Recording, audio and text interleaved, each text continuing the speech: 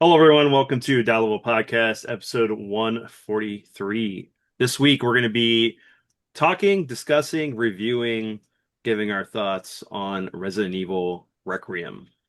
Tonight, let's go through the round table. We got Andrew, What's up? What's up? we got my dad, How's it going, everyone? we got Great White North, Hey, we got, we got Tylord, hi everyone. and we got Sayian. What's up, everyone?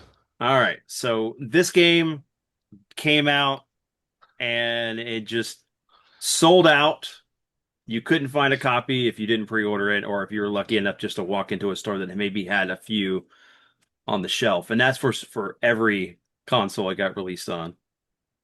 So, but this game is amazing. But I want to dive into this, get to what y'all's thoughts on this game is, and then eventually we'll get into the spoilers and what we think how this is going to change the franchise. So, but yeah, guys, who wants to take the floor? Well, everybody wants to hear me first, I suppose, but yeah. So I do have a couple copies of the game already. I have the PS5 version, which I have platinum, and I've also got this, which I'm streaming to see the differences between them. So far, it's pretty close to the same, just less graphical power behind the Switch 2, but it's still really good considering. Game is really good. I will admit that I had a good time playing it. But there is some things I didn't quite enjoy as much as a lot of people have been saying. I don't want to get, I don't know where we're going to do the full spoilery thing, but the first half of the game, near perfection to me. I love the grace parts. It was harking back to the whole old survival horror aspect of Resident Evil, where you're kind of sneaking around, trying to survive, trying to dodge the enemies, saving your ammo, storing the items into your storage box like you used to do. This ink ribbon idea. I made a comeback. I like the idea of Grace trying to figure out what's going on, why she's being hunted or picked, or whatever the case may be. I loved all of that. Then we sprinkle in a little bit of Leon here and there, which was fine, but it was a totally different gameplay style, which kind could be a little bit of turn off for certain people, but not everybody. I took it. I played almost every Resident Evil game out there, so I gotten used to playing different styles. It's the second half of the game that kind of felt a little down for me. That's when you get to spoilers ahead. Raccoon City. I felt like the trailer kind of did a fast one on me almost. I thought we were going to be the bulk of it in Raccoon City, whereas it was only like the second half and very little of it to begin with. Um, I wasn't feeling the bosses either, except for one, our main villain, Victor Gideon. Amazing villain. He's probably one of my favorites in the entire series. I love his line delivery. I like the way he acted around Grace and Leon, for that matter. He was very creepy. Yeah. So, but for the most part, I didn't like Zeno. I felt he was, eh, you didn't even get to fight him. Um, I didn't care for his character, to be honest. I didn't like the idea that I didn't get to play Grace as much in the second half, but I get why, because he did a little bit with Leon and then vice versa for the second half. I did like the hatchet that he had. He was always a pairing kind of guy ever since four. I thought it was a nice upgrade, but I didn't care for much of the zombies in Raccoon City as much. I just wish there was a little bit more monsters, I guess you could say. There was a couple neat ones. I did like the idea that the zombies can use weapons now and talk a little bit. Um, the other thing, I just didn't feel like some of the bosses that he was throwing with, like Mr. X, kind of a callback to the part two. And I'm like, he was here for 5 minutes. What happened? Um, Same thing with the spider, the Planet 43. I just wasn't feeling the bosses at that point. But the story was still pretty good, getting me going. I almost got mad at the Hunk battle, just mostly because I like Hunk. But then I found out that you go back down and his body's gone. I'm like, oh, I wonder if he's still alive. Um, yeah, that's just a portion of my gripes, I guess. But for the most part, I really enjoyed the game. Like I said, Grace Parts was probably my favorite, just because I love that old school survival horror stuff, Hmm. especially with Resident Evil. Whereas it felt a little bit more actiony for Leon's side. I get it. I mean, he's in his late 40s now, and he's been doing this for a long time. He's used to this now. So, but yeah, that's just a snippet, I guess, of what I have to talk about the game, unless anybody has questions for me on this one. So, No, I mean we can just kind of do a little roundtable. Everybody kind of give a thing about what they thought, and then you could dive into it, the mhm, minutia and everything. So, Andrew. Yeah, so I totally get it where you're coming from with that. Yeah, I guess it just I guess it's how it hits people differently. So from I know I kind of have like a self-imposed embargo when a trailer for a game comes out that I'm heavily invested in, like a Resident Evil, or should the stars align and there's a new Metal Gear one day, which is my other favorite series. I will watch like one trailer and I go radio silent after that. I don't watch anything else.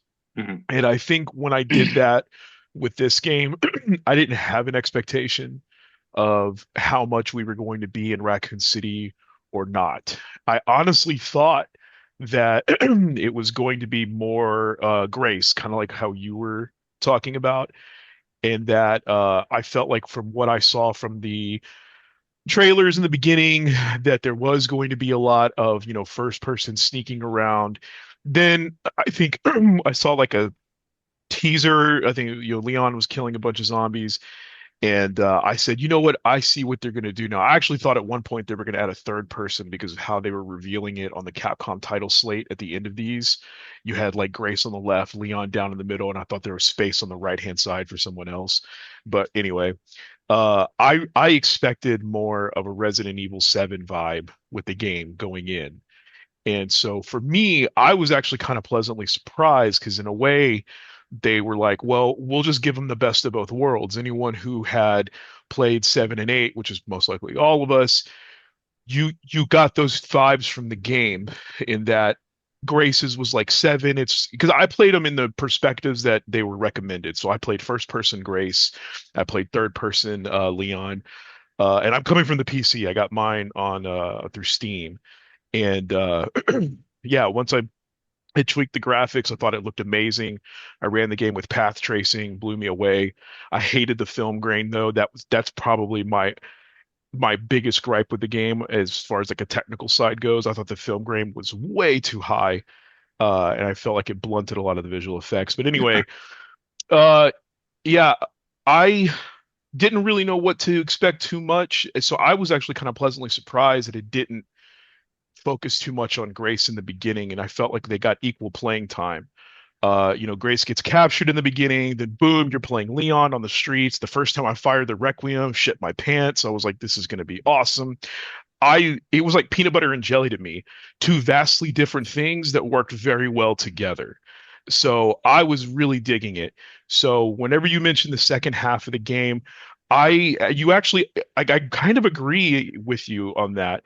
I did think that we were going to get to see a little bit more in Raccoon City, but I also appreciated the length that we were there. I thought they gave us enough to do.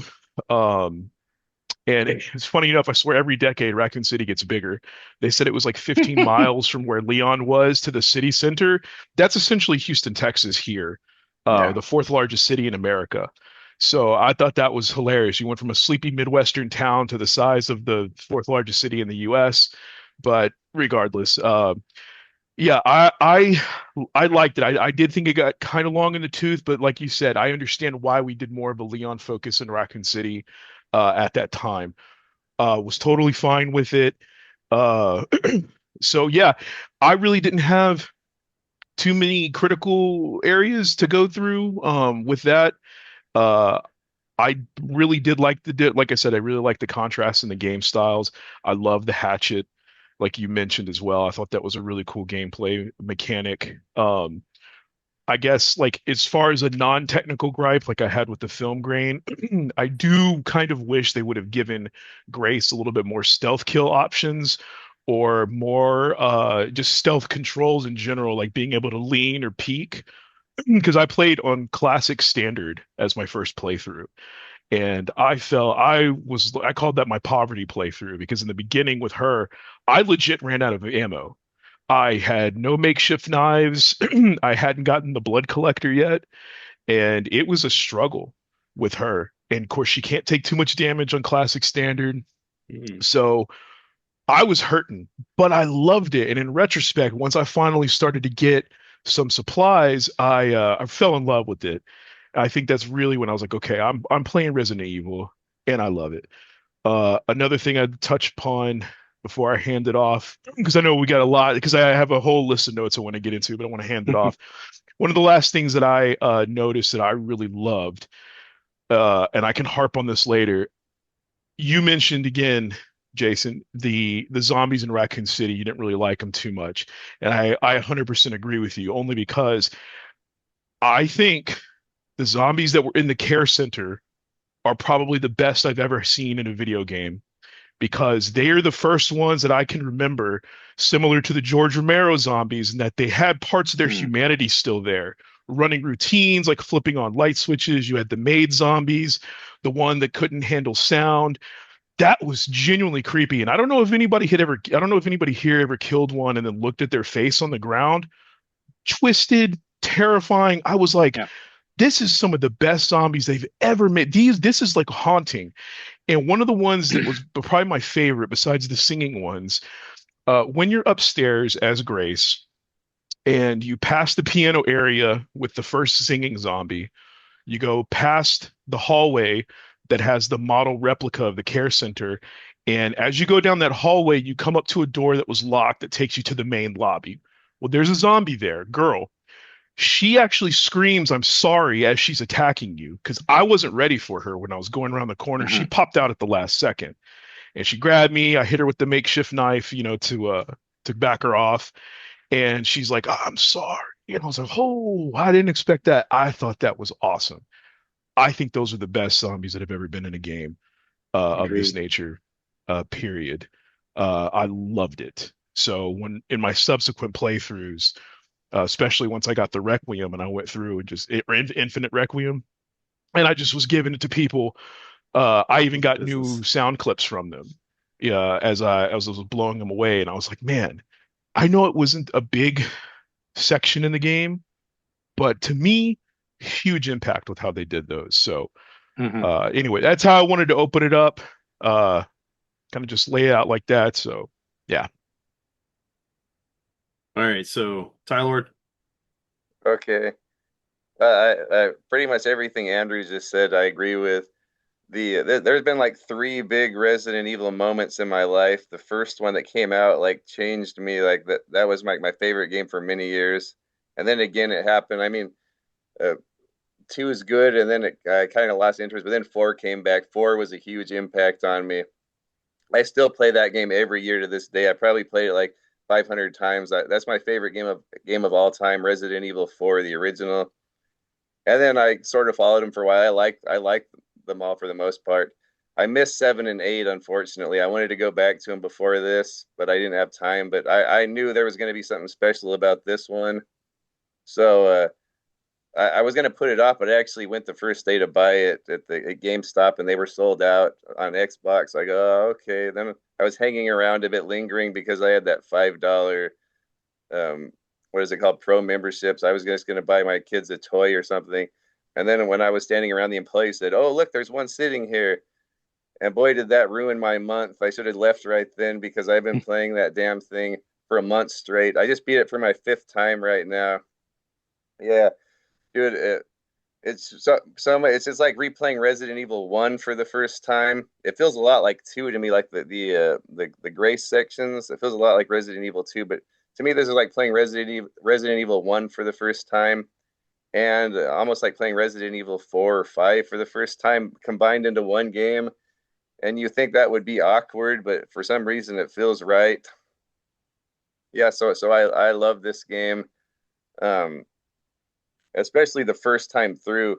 I was really struggling. I didn't quite know how to play it yet, but then once you catch on, it's like all Resident Evils. It seems like that happens with all of them. You start off weak. It kind of gets easier towards the end. I still have Yeah. trouble with Leon's sections though. I really struggle with Leon's sections. The first time I barely had any health the whole time. I was just like on my last health during every boss. Um, I guess I wasn't quite playing it the right way. I think it's a lot tougher than Resident Evil 4 the first time playing it. I actually, you know what, the remake of 4 is kind of tough the first time through. Anyway, but yeah, loved it all. I would say replay value is not the same as 4. I kind of don't like the rollover system. I mean, it works fine. I played it 5 times, so it must have replay value. But the new game plus, your stuff doesn't really roll over. You have to buy your guns all over again, and you have to go through all the slow moments. The moments were amazing. Like the first part with Grace, it was amazing the first time I played it, like 10 out of 10. The part at the orphanage, 10 out of 10, scary first time you played it. But now every playthrough after that, you have to kind of trudge through those sections, which I'm not really saying it's a bad game because of that. I'm just saying Resident Evil 4, when you play it over, bam, bam, bam, it just, you smash through it. That's the only little minor complaint I would say about it. Other than that, man, love this. I like pairing is the new big thing. I don't know if all games are all into the pairing thing now, but it works really good with Resident Evil. It's just so satisfying. All these enemies who've been bullying me my whole life, you can parry them. Little lickers, you can chop their tongue off. Yeah. You can Mhm. parry a freaking rocket. They're an RPG. And then also stealth. It's so awesome. I've always loved Splinter Cell. I love Splinter Cell even before Resident Evil 4. I love like sneaking up on people, catching them. There's so much of that in here. You can sneak up and stealth kill freaking lickers. It's so satisfying after been bullied by those things for so many years. Yeah, so I love this game. Um, Other than that slight thing with the replay, but I mean I played it 5 times, so I guess I wouldn't really call that a complaint. Yeah, yeah, so overall, this is like probably my favorite game in years. It's probably my favorite since 4, and I feel bad that I didn't play 7 or 8. I know I would really enjoy those, but for some reason they never really grabbed my attention like the others. They didn't really feel like Resident Evil games. They seem like games I would like, but they didn't quite seem like Resident Evils. And I found that casual I went back to play casual to do that. What is it called? Minimalist, and I don't touch the stuff around all at once. And that was so damn easy. Like the gap between casual and normal is just like it's like very very easy and extremely hard to me. I haven't played it on damned insanity yet. I'm afraid, but but I just thought that casual mode it really was casual because like you pretty much there was no way to die on that anyway, but yeah, yeah, probably the next landmark for me, or how would you say, high point, high peak in the series for me right here with this one. So I I got to agree with what everyone's saying. I played the Resident Evil games when the first one came out and was remember when the dogs jumped through the window and dropped the controller and was like, "Whoa, like this is, crazy and everything." So I've been there since day 1 RE, and when I played this one, I I, I was blown away by it. Like my kids were coming to my office door, knocking on the door, and I'm like, I'm trying to play this, please, just leave me alone for 5 more minutes. And man, the jump scares, and I've spoken to Great White North about it too on other conversations we had about like survival horror games. But man, the jump scares in this, like when you were in, I think overall the best place was the I guess the hospital. I loved the hospital.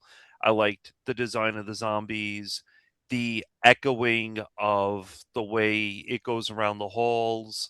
I happen to like the chef. I think the chef is great, and the little the little fat blob guy that he walks around, Chunk. and Mhm. Yeah. I tried to, like, I actually made a game out of it where I would try to run, get him stuck in a doorway, and then see if I could go around, and if he would chase me into another doorway and get stuck.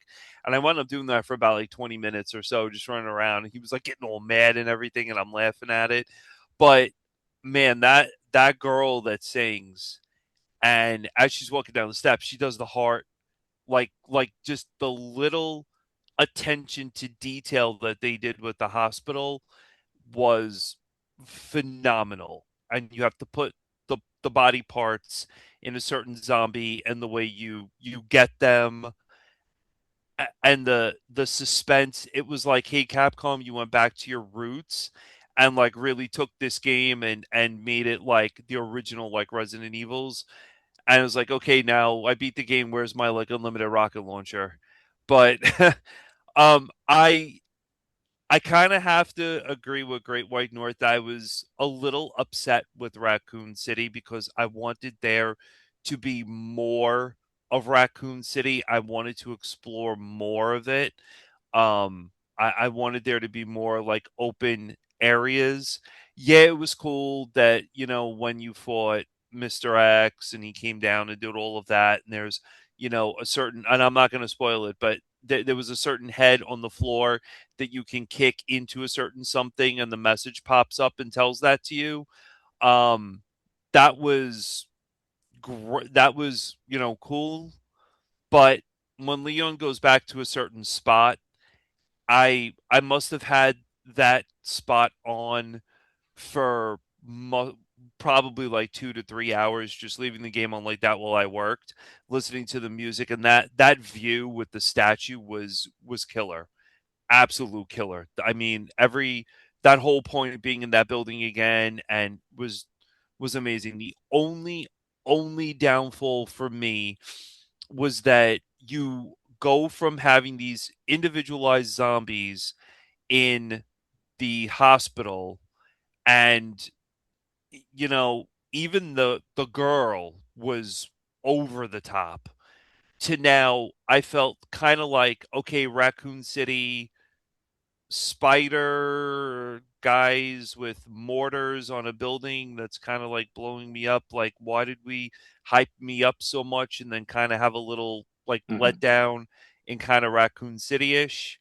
And then you build us up again with, the bike, and everything from the bike was like great. I really, really wish there was more in Raccoon City besides the orphanage and that one place that he goes to. Um, I felt like it was overall just that area. Yeah, it was cool. You found like little things here and there that you would go back to RE3 and RE2. But I wish there was more. I wanted more. I kind of, after that whole area and the gas station, I really felt I wanted more into it. I wanted, like, why these zombies, great, they're picking up a gun, they're shooting us, they're knowing how to use a spear, the guys are knowing how to use mortars. I wish there was more of the the human aspect of them in the like in Raccoon City, and for what they were in the hospital. No, I do understand. I can't, complain too much, because I do understand that the guys in Raccoon City, the zombies, have been gone for a while. They were skull and bones. I mean, the way they looked, and they were just, doing whatever. But if that was going to be the case and they were going to be mindless like that, why give them weapons then, and put some sort of humanity into it? So there should have been some, hey, listen, we're going to go with this way or this way. But other than that, just I did not. I don't know if any of you guys played in first person. That was all new to me. I didn't do that. Just being like more of a purist with Resident Evil, I wanted to do like either over the shoulder third person type of view. That's the way I've always played the games, and I played them all third person view and stuff. The only thing that I think, and I'd like to hear your guys' views on this at a later point. The only thing I was extremely happy about with Capcom is that I felt that the um I felt that the actor who played the girl, when you look at her and you look at like after you beat the game, the recordings of her and how they recorded her and everything, I kind of felt like she was way over the top with the facial expressions and the way she acted and everything, kind of like overacting with it. And this is like I said my own personal opinion, but when like her hand was like stuck on something and the guy with the shotgun was like leaning around like this, I kind of felt like she overacted it, and Capcom realized that and kind of played it down a little bit with more of her like monotone expressions and more of like, the way she should have been. So they kind of like dialed her down a little bit. If you go back and watch it, or if any of you have gone back, just watch behind the scenes, because I think that's great the way they make the games. She really feels over the top. So I'm kind of glad Capcom kind of like turned the dial down a little bit with her. But overall, I thought the game, like for me, the game was like a 10 out of 10. So it's was one of the best Resident Evils I've ever played, and I really thought it was great. I really thought Capcom's going in the right direction with the game series, and I just hope they really do keep it up. And the DLC I heard was going to be over the top as well. So I mean, for me, that's kind of where I am with that. But I'd like to hear your guys' opinions if you watch the actor and the way she, you know, portrayed herself and stuff behind the scenes.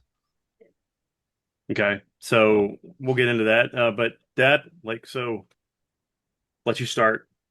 Give your I thoughts. loved I loved it, of course. I love every Resident Evil. Everyone has its pros and cons. You know, I like the throwback to the original game. There were kind of the throwback to four, and then the element with the bike and the chase that kind of fell into five.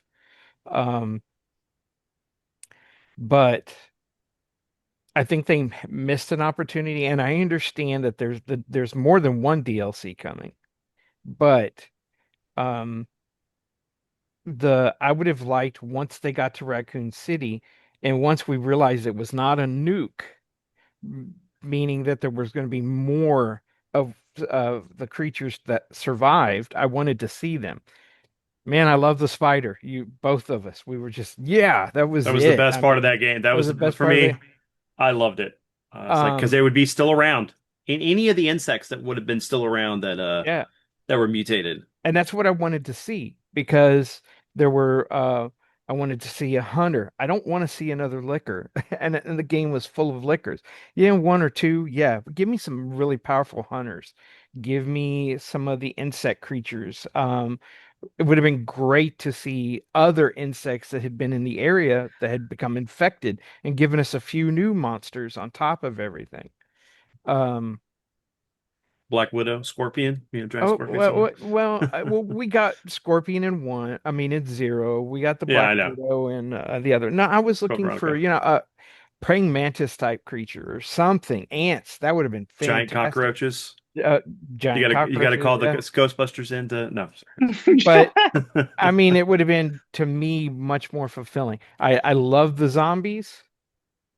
I understood the concept going in. I knew what was going to happen, that they were have these are the zombies that were created while they were doing the other experiments.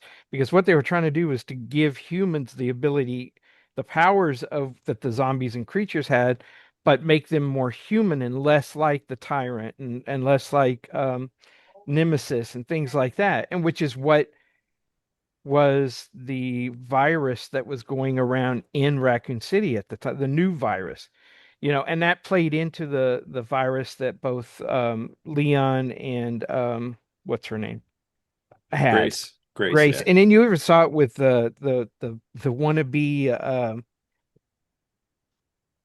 You I'm talking about pulling this. Xeno? Yeah, The Xeno. the Wesker And clone? Wesker clone, I mean, why him? Give us, I did love Gideon. I just thought, like at some points in the game, he was really thin, and when he was in that when he was wearing his hoodie, he didn't look like the same character. And then when at the end, when you finally see him, he looks like me. He's chubby. I was like, that was kind of a rip. there was an opportunity to give us another villain that was working for Gideon, and then we had Gideon, we would have had Xeon, and then we would have had this other villain who was doing his dirty work for him. You know, Mhm. both of me and you were like screaming at what's her name, the female character, Grace. Grace, Yeah. because she was supposed to be an FBI person and she's acting like a rookie cop, Well, but she was a field up. She was a clerical FBI. Yeah, Sit on she was that. Yeah. essentially a desk clerk. Yeah, no, Right. Yeah, she's not a field agent. yeah, Sent she in. has minimal Yeah. pistol training. I had mentioned in the chat. I'm going to touch upon that. Yeah. I loved her character and quirks because they were so much different than what you had Right. come across before. But That's true. but here's the question. If you're an FBI lead, why would you send her out into field work alone? Correct. That And is the that one thing was I don't understand either. that was That one of my that complaints. there were Because it too was many. supposed to be an investigation of a site that was already closed off. They didn't have any idea that this was going to be happening, Well, or else they would have sent in a whole, strike no, team. You know no, what I but mean? true, but Remember, they, you go through the police tape when you get in there. It's supposed to be, what does the I stand for in FBI, Yeah. right? Yeah, That's yeah, what she yeah, was but going yeah. there to do. That's why she I like her know. showing up with minimal anima with minimal Okay, ammo, yeah, perfectly yeah. fine. But first, I'm always gonna complain till the cows come home.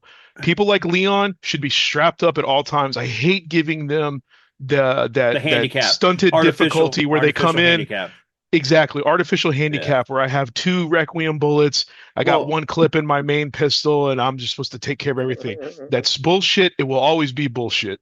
so and that's where my thing about this is, right? Because a FBI director is not going to send in one agent to go investigate a location that has an active especially possible murderer and murderer. that's linked to something else. They would send in two units, and it would have worked because you could have had her go in. You could have had the cop too, but like say like the partner goes off one way, Gideon And gets hits him with killed. the gets him hits him with the poison or the Well, the, there the was another virus. cop that was there. That's the one that attacks you with the shotgun. No, Yeah. Yeah, that's but what. he But was I'm talking. outside and he came in. He Man, he wasn't came with you. in because he was not with you. You could have had Yeah. a team member with you, and Okay, then that hold way on, she guys. wasn't sent into Hold, the situation hold on. alone. Especially if she had a psych value evaluation, because you could tell that she was traumatized, Well, Mhm. that's just and where her mother died. and then she was Yeah, like she yeah, was yeah. shaking, and that was one thing that was pretty cool was that you could see the progression of Grace becoming the character she Yes. needed Oh, to her be at the stance by end. the end, she was stern Right. with her gun. I Uh, love the little detail. so it was So really cool, like to I watch that go. But I still think that you should have had a partner with her that should have turned, or the cop came in, had turned, attacked her. She ran when she realized she couldn't do anything, and then had it that way. Instead of you just don't send a a desk clerk in to investigate something that you know is a hostile situation, possibly. what I was going to say is it led me to believe that her boss at the FBI was part of this, that he was sending her to her death. Because that's the way it's played up in it, and in the end, it's not.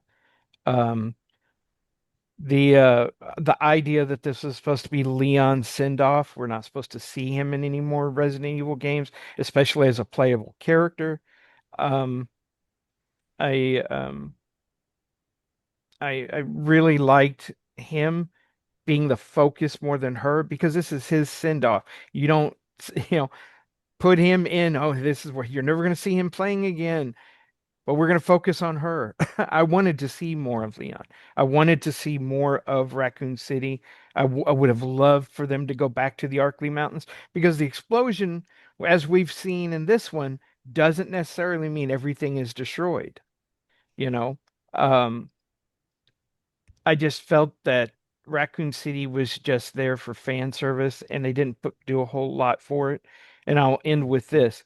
Resident Evil needs to do an open world game where you can explore and look at anything within the game. You can do anything, you can break anything. And then you will have more people playing it. You'll have more people won't have to worry about replay value. You just keep exploring the world, you know. It would have to be an MMO, Dad. I mean, open world would be great, but you'd have to figure it out. This would have worked because I thought that was the whole thing. A lot of people thought that this was going to be a much larger game with much Supposed more to. exploration, and you got a glimpse of what it could have been with Yeah. the Raccoon City area. I had a problem technically with knowing how the T virus works, that the longer a person is infected with it, they become a licker. And they even talk about it in the documentation in the game. Mm. Why weren't any of those zombies that you fought in that section in the warehouse or in the water area? Why weren't they lickers? They would have all been lickers. Yeah. Um, Well, not if you know how viruses work and know how they mutate constantly. but And but that's the whole point was I don't think they planned on Leon. You know how we found that there were six previous survivors and they all died from uh well, at least two of them the had died, and disease, Leon died was of the yeah disease, yeah. and Leon and everybody else had it. So there had to have been a mutation because Oh, that no, went against their goal of creating a super soldier, you know. true, but remember the thing about this is that those zombies were zombies that were affected with the virus, and they had survived the blast and had been living trapped in that area for however long. They would have turned into Well, lickers. They're not like they're I not think like new people that stumbled into Raccoon City, happen to get bit or get infected from the aerosol of the T virus. But the way I think of it, there were classic zombies. There were zombies that had been in the area and affected because we had the T, we had the G, we had all kinds of the virus floating around, and they can combine in a body, create a new virus, and then it sheds, and then all of a sudden you've got another mutation. There's just all this stuff that was going on. You really didn't know who had what infection, and they tried to explain it away a little bit in the game, but it didn't really look at how viruses work correctly. So I was like watching it, I was like, okay, come on, I'm expecting you to throw in a wrench here, and we didn't get it. They kind of stuck with what their plan was, and I felt it I was a mistake. honestly, and I'll put this and we can open up this discussion further. I felt that the game in the beginning was well structured. It gave a little bit of enough for both audiences that played. Because remember, we're looking at fans of the original series, and we got fans that came on at seven. And there's a bunch of those guys out there that love the first person view and love the way the horror is structured in seven and eight. And like I got to play the game the way I wanted to, which was fantastic. Bravo to Capcom for allowing us to play the game the way we wanted to. Hmm. Don't force me to play it in first person mode if I don't want to play it in first person mode. Because it's still scary, regardless if it's first person or third person. It's all in the story and how what you're doing. Because I'm sorry, but Mama, big lady, 8 foot tall creature, wolf, that lady was scary, and that moments were cool. But like you could tell where certain things were designed for those fans versus the older fans. And then my other complaint was the fact that this game takes place in the remake universe, not remerk universe. Yeah, I know Um, what you meant. yes.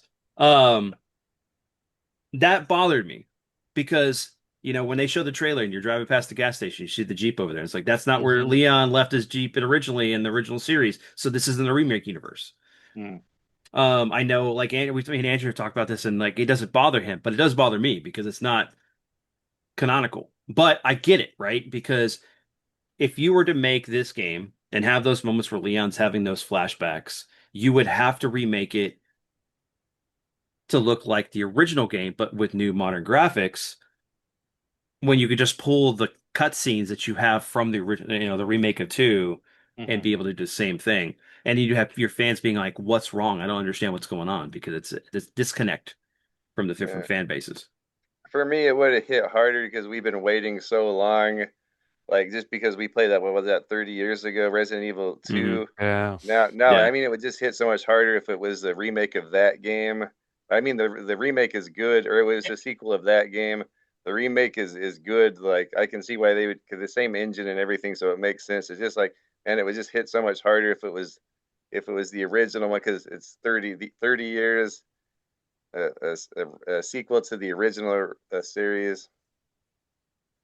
yeah. I shrugged the Jeep. Oh, I saw the Jeep, and I was like, Oh wow, yeah, that's not where he left it, and I kind of just like shrugged it off, like, all right, whatever, Capcom, it's okay. Now, my thing was, all right, Leon went from a Jeep now to a Porsche. I guess the guy's making millions in Bitcoin Right. somewhere or something. Yeah, So forget about the Porsche. And you can't shoot the Porsche either, from what I yeah, understand. I'm like, oh, whatever. He went from a Jeep to a Porsche. It's okay if the guy left it completely somewhere else and Right. whatever. A zombie hit into it, tyrant ran into it and moved it. I just whatever. I agree with your dad totally about the whole thing with Raccoon City. Raccoon City just really, I don't know. It dropped the ball for me, and it really just dropped the ball for me. And the whole thing was like, if you dropped a nuke or you dropped whatever on, I'm not really trying not to spoil anything, on Raccoon City, and then you have set up a gate around Raccoon City, like to contain things. Why was there not like a secondary gate that was set up around Raccoon City to contain the zombies that were in the first part of, Raccoon City, whatever. And then like I started, thinking to myself, wow, wouldn't this be really cool if I was like in the adjacent city and like I just wanted to drive in a Raccoon City and like, like do some urban exploring and there's zombies like roaming around now. Like what the hell's good? Could be So an I just extreme tourism or something like. Right. I I mean, want like to. I have these guys coming out of the sand, like, oh no, it's like the Mummy with Brendan Fraser all over again, and the zombie mummies are going to come out and kill us all. But Yeah. I totally agree with what your dad's saying, Vince. Like, Yeah. it really was, did they make it up to us by the bike scene and like him going to the orphanage in the other place? No. I I mean, it was fun. That part was fun, but it was like when Leon's jumping, like he's riding up a building, like yeah, Oh my fucking god. 300 feet in the air, and I was like, what? he has no clue what's on the other side of that building. No kidding. He was taking a leap of faith, literally. Yeah. Well, I mean, I would definitely sneak into the RPD building and break that freaking if that Saturn and the games are all in good condition because they've been in that locker, Oh, that would be worth some money. that You could sell, hey, Raccoon City Edition Right? Sega Saturn with That blew games. my mind when I saw that. I lost it because, like I said, I'm a huge Saturn collector, and when I saw that, I looked. I remember I was playing it. I'm like, what the? And then I looked again. I'm like, I had to zoom. Like I physically got up and stuck my face like right near and it's a 55-inch screen, and I stuck my face to the screen. I'm like, Saturn, wait, Mega Man, whoa, what did? And Street that Fighter. was Yeah, that was a it nice was crazy. touch. Like I don't know why they put Saturn in there, but I thought that was super cool, Hmm. and Tofu was super cool. No, that was Um, great. Yeah. Oh that yeah, was that great. was that was a good callback. That Um, was. there was a lot of Easter eggs in the game, Oh and yeah. it was Oh really yeah. cool. Like that's why I like the clinic section, and I love the arc section. It was very nostalgic from Raccoon City up to the arc, right? Because you end up fighting Mr. X, and then you can just parry all of his stuff. I didn't realize like I couldn't figure out the parry until like towards the end of the game. And it's like when I figured it out when my second playthrough, it's like, oh yeah, you can just dodge everything. I'm like rocket launcher, dodge that, and I'm like, oh. Well, I can remember when you were playing. I kept, why are you not rolling? Why are you not dodging? Why aren't you parrying? Because Well, you you get can't that. roll, you can parry. That's No, it. I know, but I'm just saying He's not chill. all of Yeah, those were available to you in all the other games. I mean, even right. Chris in the remake of one would parry an attack and then stab him in the head with Mm. The the knife or the knife grenade. or a grenade. Shove the grenade in their mouth. Yeah, I was like, come on, why aren't you doing that? And you were like, I can't. I was like, oh, I don't know. But There's way. So yeah. I think it would have been fun to see when they were jumping around on the building and everything to see him do some parkouring, but like they've used in other games. Especially like when he's being surrounded by zombies, he could have ran up, grabbed on a pipe, swung, got behind him, and been able to fire at him. It was just very straightforward, and I was looking for more. I guess I'm spoiled because I've played so many other zombie games. I was just like, Right. well, This you is the can last plug it. Dying Light. Why can't you plug and play stuff in here? Well, You I know mean, once you what? get the weapon executions down, that kind of scratches that itch what you were talking Yeah. about. I didn't get those down until my third playthrough. That's when I was doing an infinite run with the Requiem, and then once I Mm. got that down, um, it was awesome. And I would switch out guns just to see what the different gun executions were, if you time it just right. Yep. So It is was it? really cool. Bam. Yeah. Like he So just is it like, last second, like right last second, and you So fire? Is that when you do it? it's got to be a shot that'll kill. So obviously Oh, with the okay. Requiem, you can do it on just about anybody, but Okay. after seeing it like 50 times, I wanted to switch it up. So I would get the shotgun and I would shoot them in the legs to get pre-damage, then wait for them to come at me and hit parry and shoot at the same time. That's going to be a kill, and I would get it every single time. I think I've seen all of them now. Really cool. and that I would have been agree a with cool, you. Okay. that would have been a cool With my challenge or a trophy. Hmm. that Just would have doing been. performing all the executions. Yeah, I highly recommend. Now, obviously, if you're on casual, it'll be a lot easier. You won't have to do any pre-damage with like any of the pistols or anything weaker than upgraded guns. You can get them pretty much on the first try on casual. So if anybody here does want to do another run, that's the tip I can give you. Requiem, it's pretty much one hit, one kill. With everything else, give it a little bit of pre-damage, wait for them to come at you, and then you can hit them with the weapon execution. Obviously, with Leon and not Grace. Yeah. It took about my third or fourth try to really master that and get that whole process down. So yeah, like my first two tries, I ran through it again just to see if I missed anything, and then I agree with you, Andrew. On like my third or fourth try, that's when like I really wanted to see what those kills would be with like different types of weapons and stuff from there. And yeah, it's like we're gonna really discovered, oh wow, the controls are designed in a certain way to play like that. That was really cool. Yeah, I they leave a lot for you to discover, is Yeah, Yes. what that's I true. found. Like So yeah. even Like on, they I don't know about you guys, but like even on my first and second playthrough, um I didn't use the glass bottles. I didn't even I thought they were honestly like, and this is pretty stupid, but I thought they were to fill stuff up, and I just Uh, left them where they were. yeah, you can get instant. So with Grace, you kind of got to pick and choose your battle if you want to make Molotovs, or later on when you're The in Arc, acid. if you want to do the acid for the Yeah. liquors. Um, but outside of that, when you get those, not only can they be used as auditory distractions, but if you hit any zombie with it with her, I think so far on any difficulty, it'll result in an instant stun, allowing you to do a melee or with her a push. Yeah. So you can at least get them on the ground. And that was one of the more effective ways for me to get past some of the enemies before I had infinite ammo, was Uh, either, kneecapping them with 2 to 3 uh, shots, trigger the stun animation, finish them off with 2 to 3 shots to the head. Was generally pretty good. If I had the glass bottles, obviously I use that. Um, you hit them, and it does both. You accomplish both things. You get the auditory distraction, but you also trigger the uh, the stun window. melee. Yeah. Hmm. Hmm. So one of the big time savers I had was later on in the arc, when you get I can't remember what that piece was, but those little glass balls that you have to use to unlock the door. Yeah, Oh, to the okay. computer room. Hmm. So when you go into that room where you get essentially attacked by like five of them, if you grab it and run out quick enough, as long as you have a makeshift knife with you, let the first zombie, you can catch them all at the door. You let the first zombie grab you, hit him with the makeshift knife. It triggers the stun, hit A, whatever your button is. You push him, and you got an instant four zombie stun after that, Mm. and you can run Oh right wow. past them. And uh, I saved a ton of ammo with that part. so Uh, have any of you guys, because I haven't played it yet because I didn't buy it. Have any of you guys done the conga line for the liquors? Huh?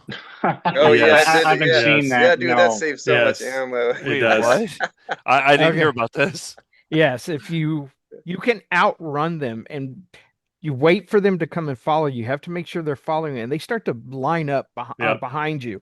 You just keep running around Oh, until you get all of them in a line, and then you allow them to chase you. You go around a corner, you come back in through the door, and then you go out and allow them to come, and they'll come towards you, but then you dodge them. You come back up the stairs, and they're all in a line and they're just following you in a circle that they don't know. And then you come up behind them and it's one hit kills with the axe or a knife to the back of the head. Oh, And no way. because they don't have any eyes, they can't see you.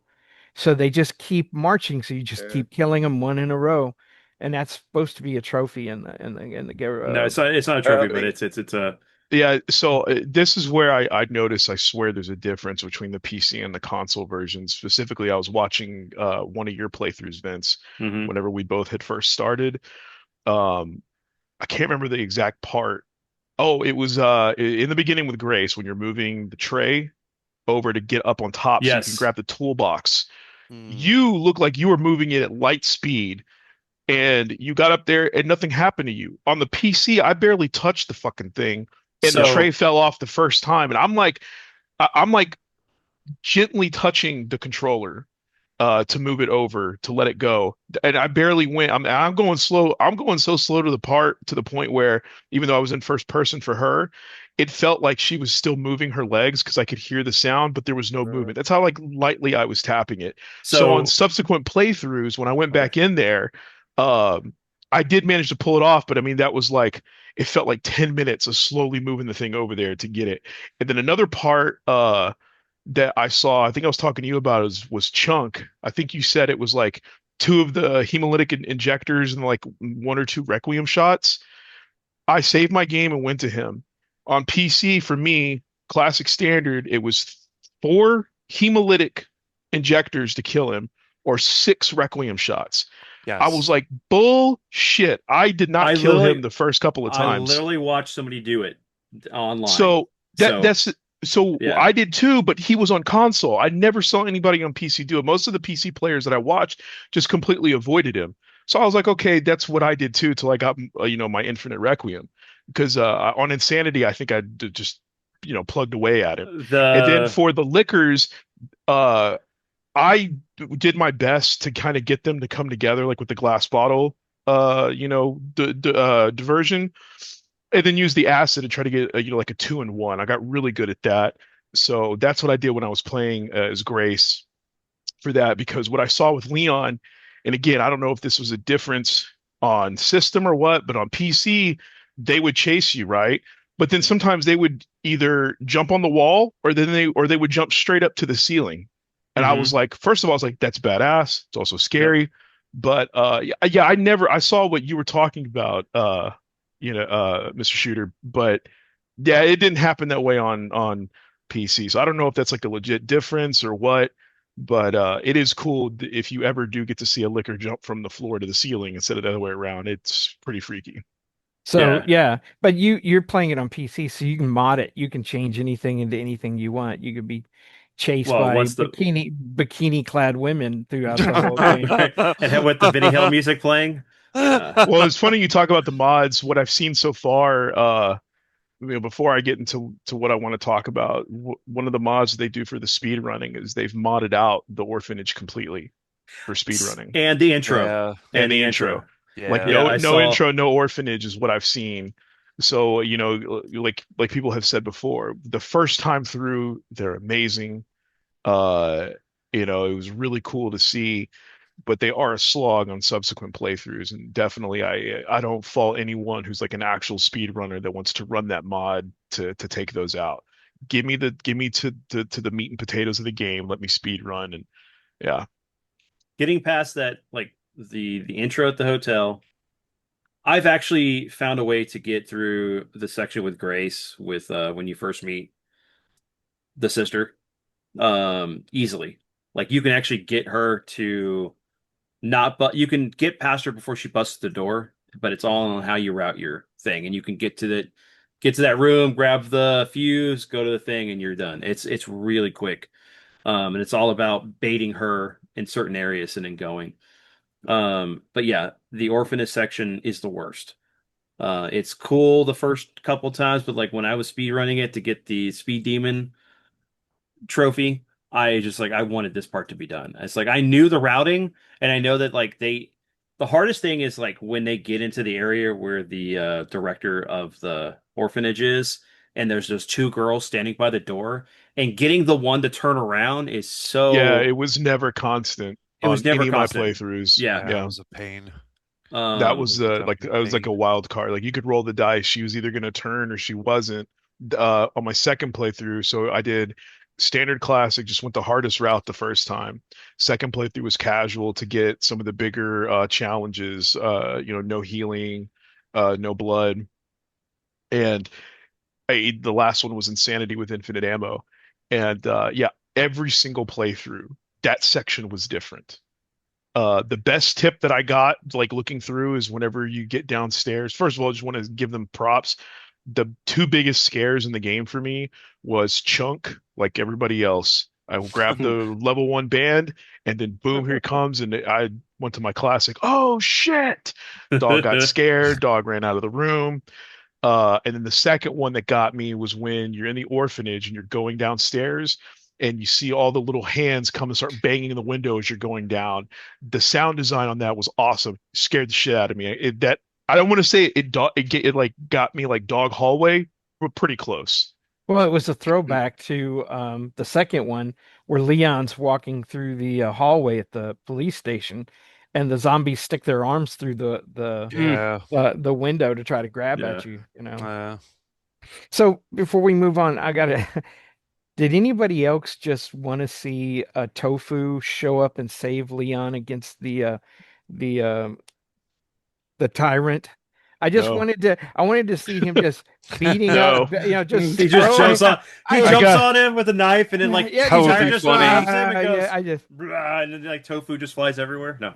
that would be No, awesome I though. That would wanted have to been see, I funny. wanted to see Leon just getting the crud beat out of him because just having him pop up a few times, that wasn't enough. I was like, you're gonna have him in this game, have him in the game. And all of a sudden you see Tofu just do this flying kick, hits him in the face, cuts him up a few times, flips over his back and just stabs him in the back and slides down. And then he goes, he falls down, catch you later, and he walks off, just like having Chuck Norris in any movie, he just shows up to kill the main guy and walks off into the sunset. It would have been great. Yeah, I don't Oh, know anybody definitely. who legit unlocked tofu. I don't know anyone who did it. Not even No. people that want to lie to me and tell me that they did. No. No, no. I Tofu downloaded a was cool memory though. card save to play it myself a couple of years ago. Hard as shit. So to even unlock it is an achievement in and of itself. And playing it, I was like, oh my gosh, it's a completely different experience. That was Tofu was tough. awesome though to play is like, that was cool. That was a great throwback.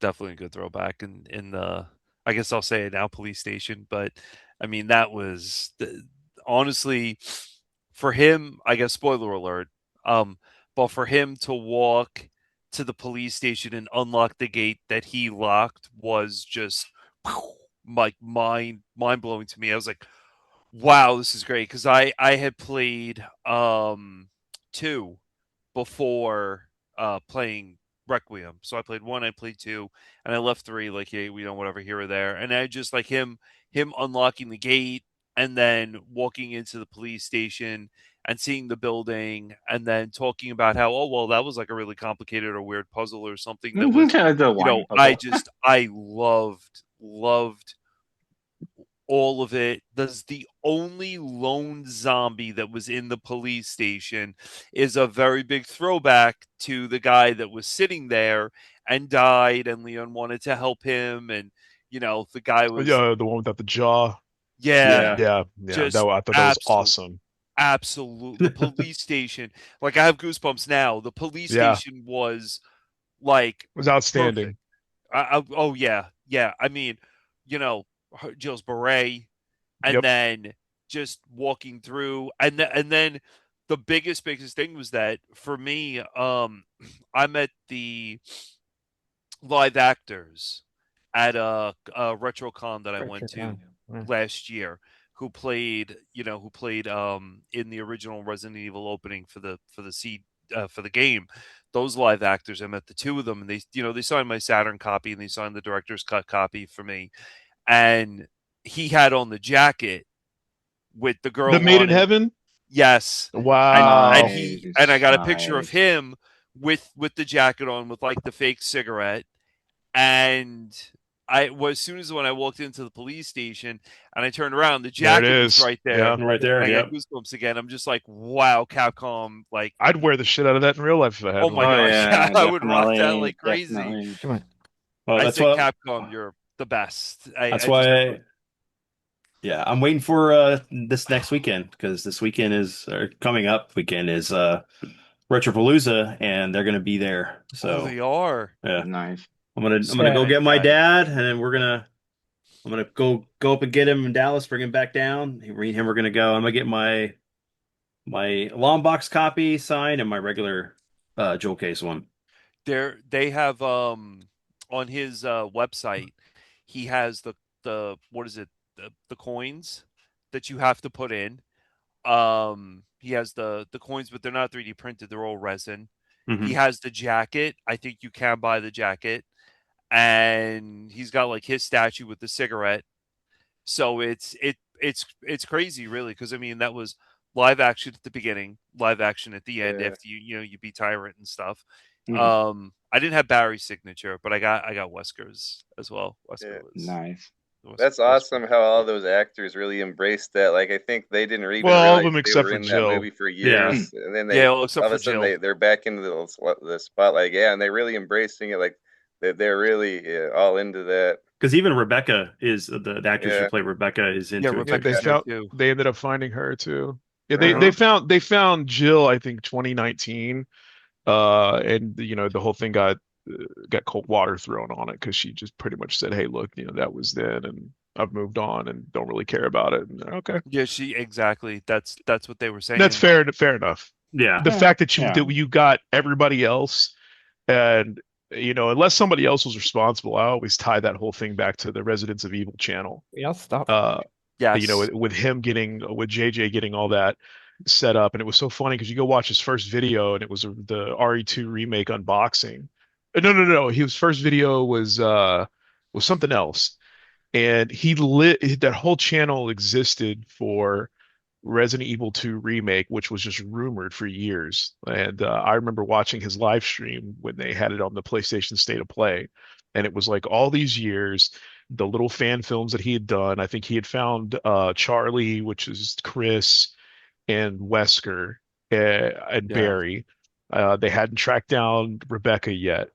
Uh, to even get that far, and then finally to get the Resident Evil 2 remake, being in that stream that day was really cool because Chris was he when absolutely I lost spoke his to mind. Chris, he was they did it in Japan, and Chris He speaks speaks, Japanese. Yeah, I didn't know that. yeah, wild. Like when I was talking to him about it, wild. Vince, when you meet them, like they're great guys. And he spoke fluent Japanese. He got the part, whatever it was, translated it for Barry and everyone else that was there and such. He was saying, and he really pushes it. Like he plays Stop. the part.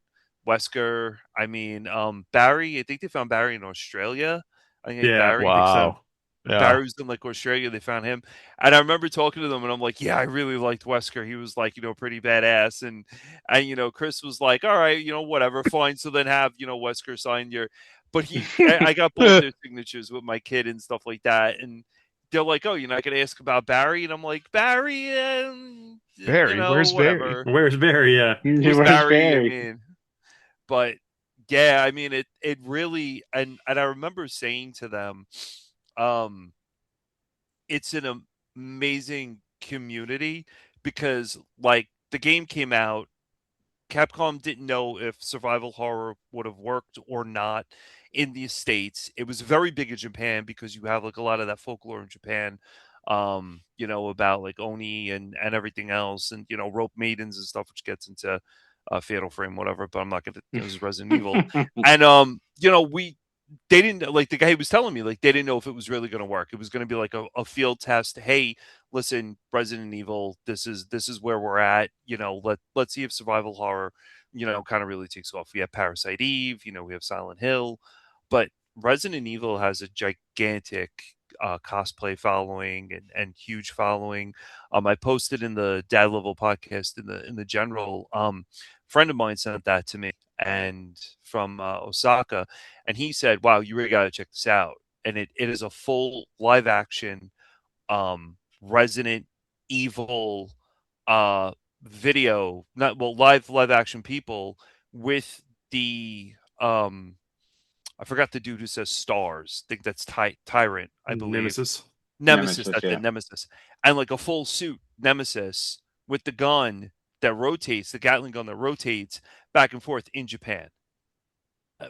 Put on this complete like Jill Valentine. I mean, it is wild how big it is in Japan. And I think it kind of rivals Monster Hunter as well with Resident Evil. And it really just, I mean, look at it now. Like all of us got together because of this game that happened, and now we're talking about Requiem, which is a tie-in. Like you have one, you have two, and then Requiem, and I think that's how it follows suit in the series.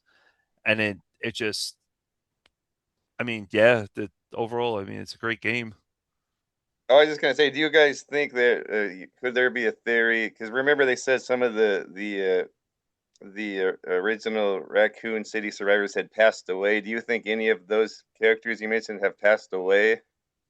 If they want to play it safe, I think we'll find out that Barry passed away. That was one of the other things I wrote down here in my notes was that I loved the story for this game, top and bottom, to be honest with you. Well, And the Raccoon City infection, I will go into it later, but I liked that curveball they threw where just, now there's going to be slight retcons here and there, like with the liquors. That was the Epsilon version that had mutated. So the liquors you saw in the game, because you get a file that shows you that they managed to farm it now. They got it under control, which is why you see the liquors that you do in 9. Whereas, yes, that is a good point. How come these sand zombies that popping out of the dirt, why weren't they like that? Well, in one of the books that I have and on the wiki, and on the Resident Evil wiki, it pretty much confirms that it was a really extremely random mutation that happens. So that kind of explains why you don't see it that much in the city when you do get there. It was very random, to the point where they they managed to create them. That's why you see them in the lab when you get there. So yeah, but to go back to what you're talking about, Ty Lord, I do think if they play it safe, Barry will be dead. Because of his age. I think he would be 66 now. I think he was born in 1960. I think they would play it safe and be like, oh yeah, Barry's dead. And it's just they got a lot of characters to go back to. They show images in the game. One of the big things that they pushed at this was that when they revealed who the 6 were, you were going to see images of certain characters. That didn't happen. And when they show the 6 on the, there was like pictures and all this other of them, they're none of the main characters. So that still means they're out there somewhere. But does that mean they're not fighting through the same virus that some of the others were? So one of the theories is that Claire, her infection was superseded by exposure to T. Veronica. But you could say the same thing for Chris. Yeah. I also want to throw out there, depending on what happens. I mean, I could be reading more into it, but it's fun. Well, you wrote the guy at the end. So go ahead. The guy at the end, whenever he went to go save Leon and Sherry, he said Commander Redfield. He could have said Chris Redfield. He didn't. He said Commander Redfield. So I want to leave that out there. Who knows who he's actually talking about? Also, Leon apparently is married. I didn't catch that until my third playthrough when I saw it on his hand. And see, and so I don't think he's married to Claire. No, I don't think so either. I bet he's married to Ada. I would hope that Capcom would go under and file for Chapter 11 if that's the case. Well, no. Well, he should be married to Helena. It is speculated that it could be Sherry. She is 40. There's not that big of an age difference at that age now. How the hell? What?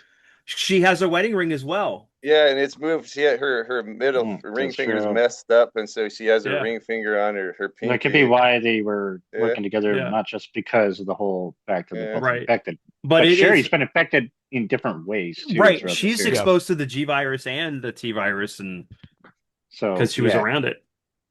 But that's a possibility. It makes it weird, and yeah, it does make it weird. But well, because I know whenever you go back and you get the first BSAA crate that you come across, when you backtrack through the subway, They when once you go get that crate and you're headed back to the main area in Raccoon City, it triggers a really cool little dialogue sequence Yeah. between Sherry Yeah. and Leon talking about, do you think about it?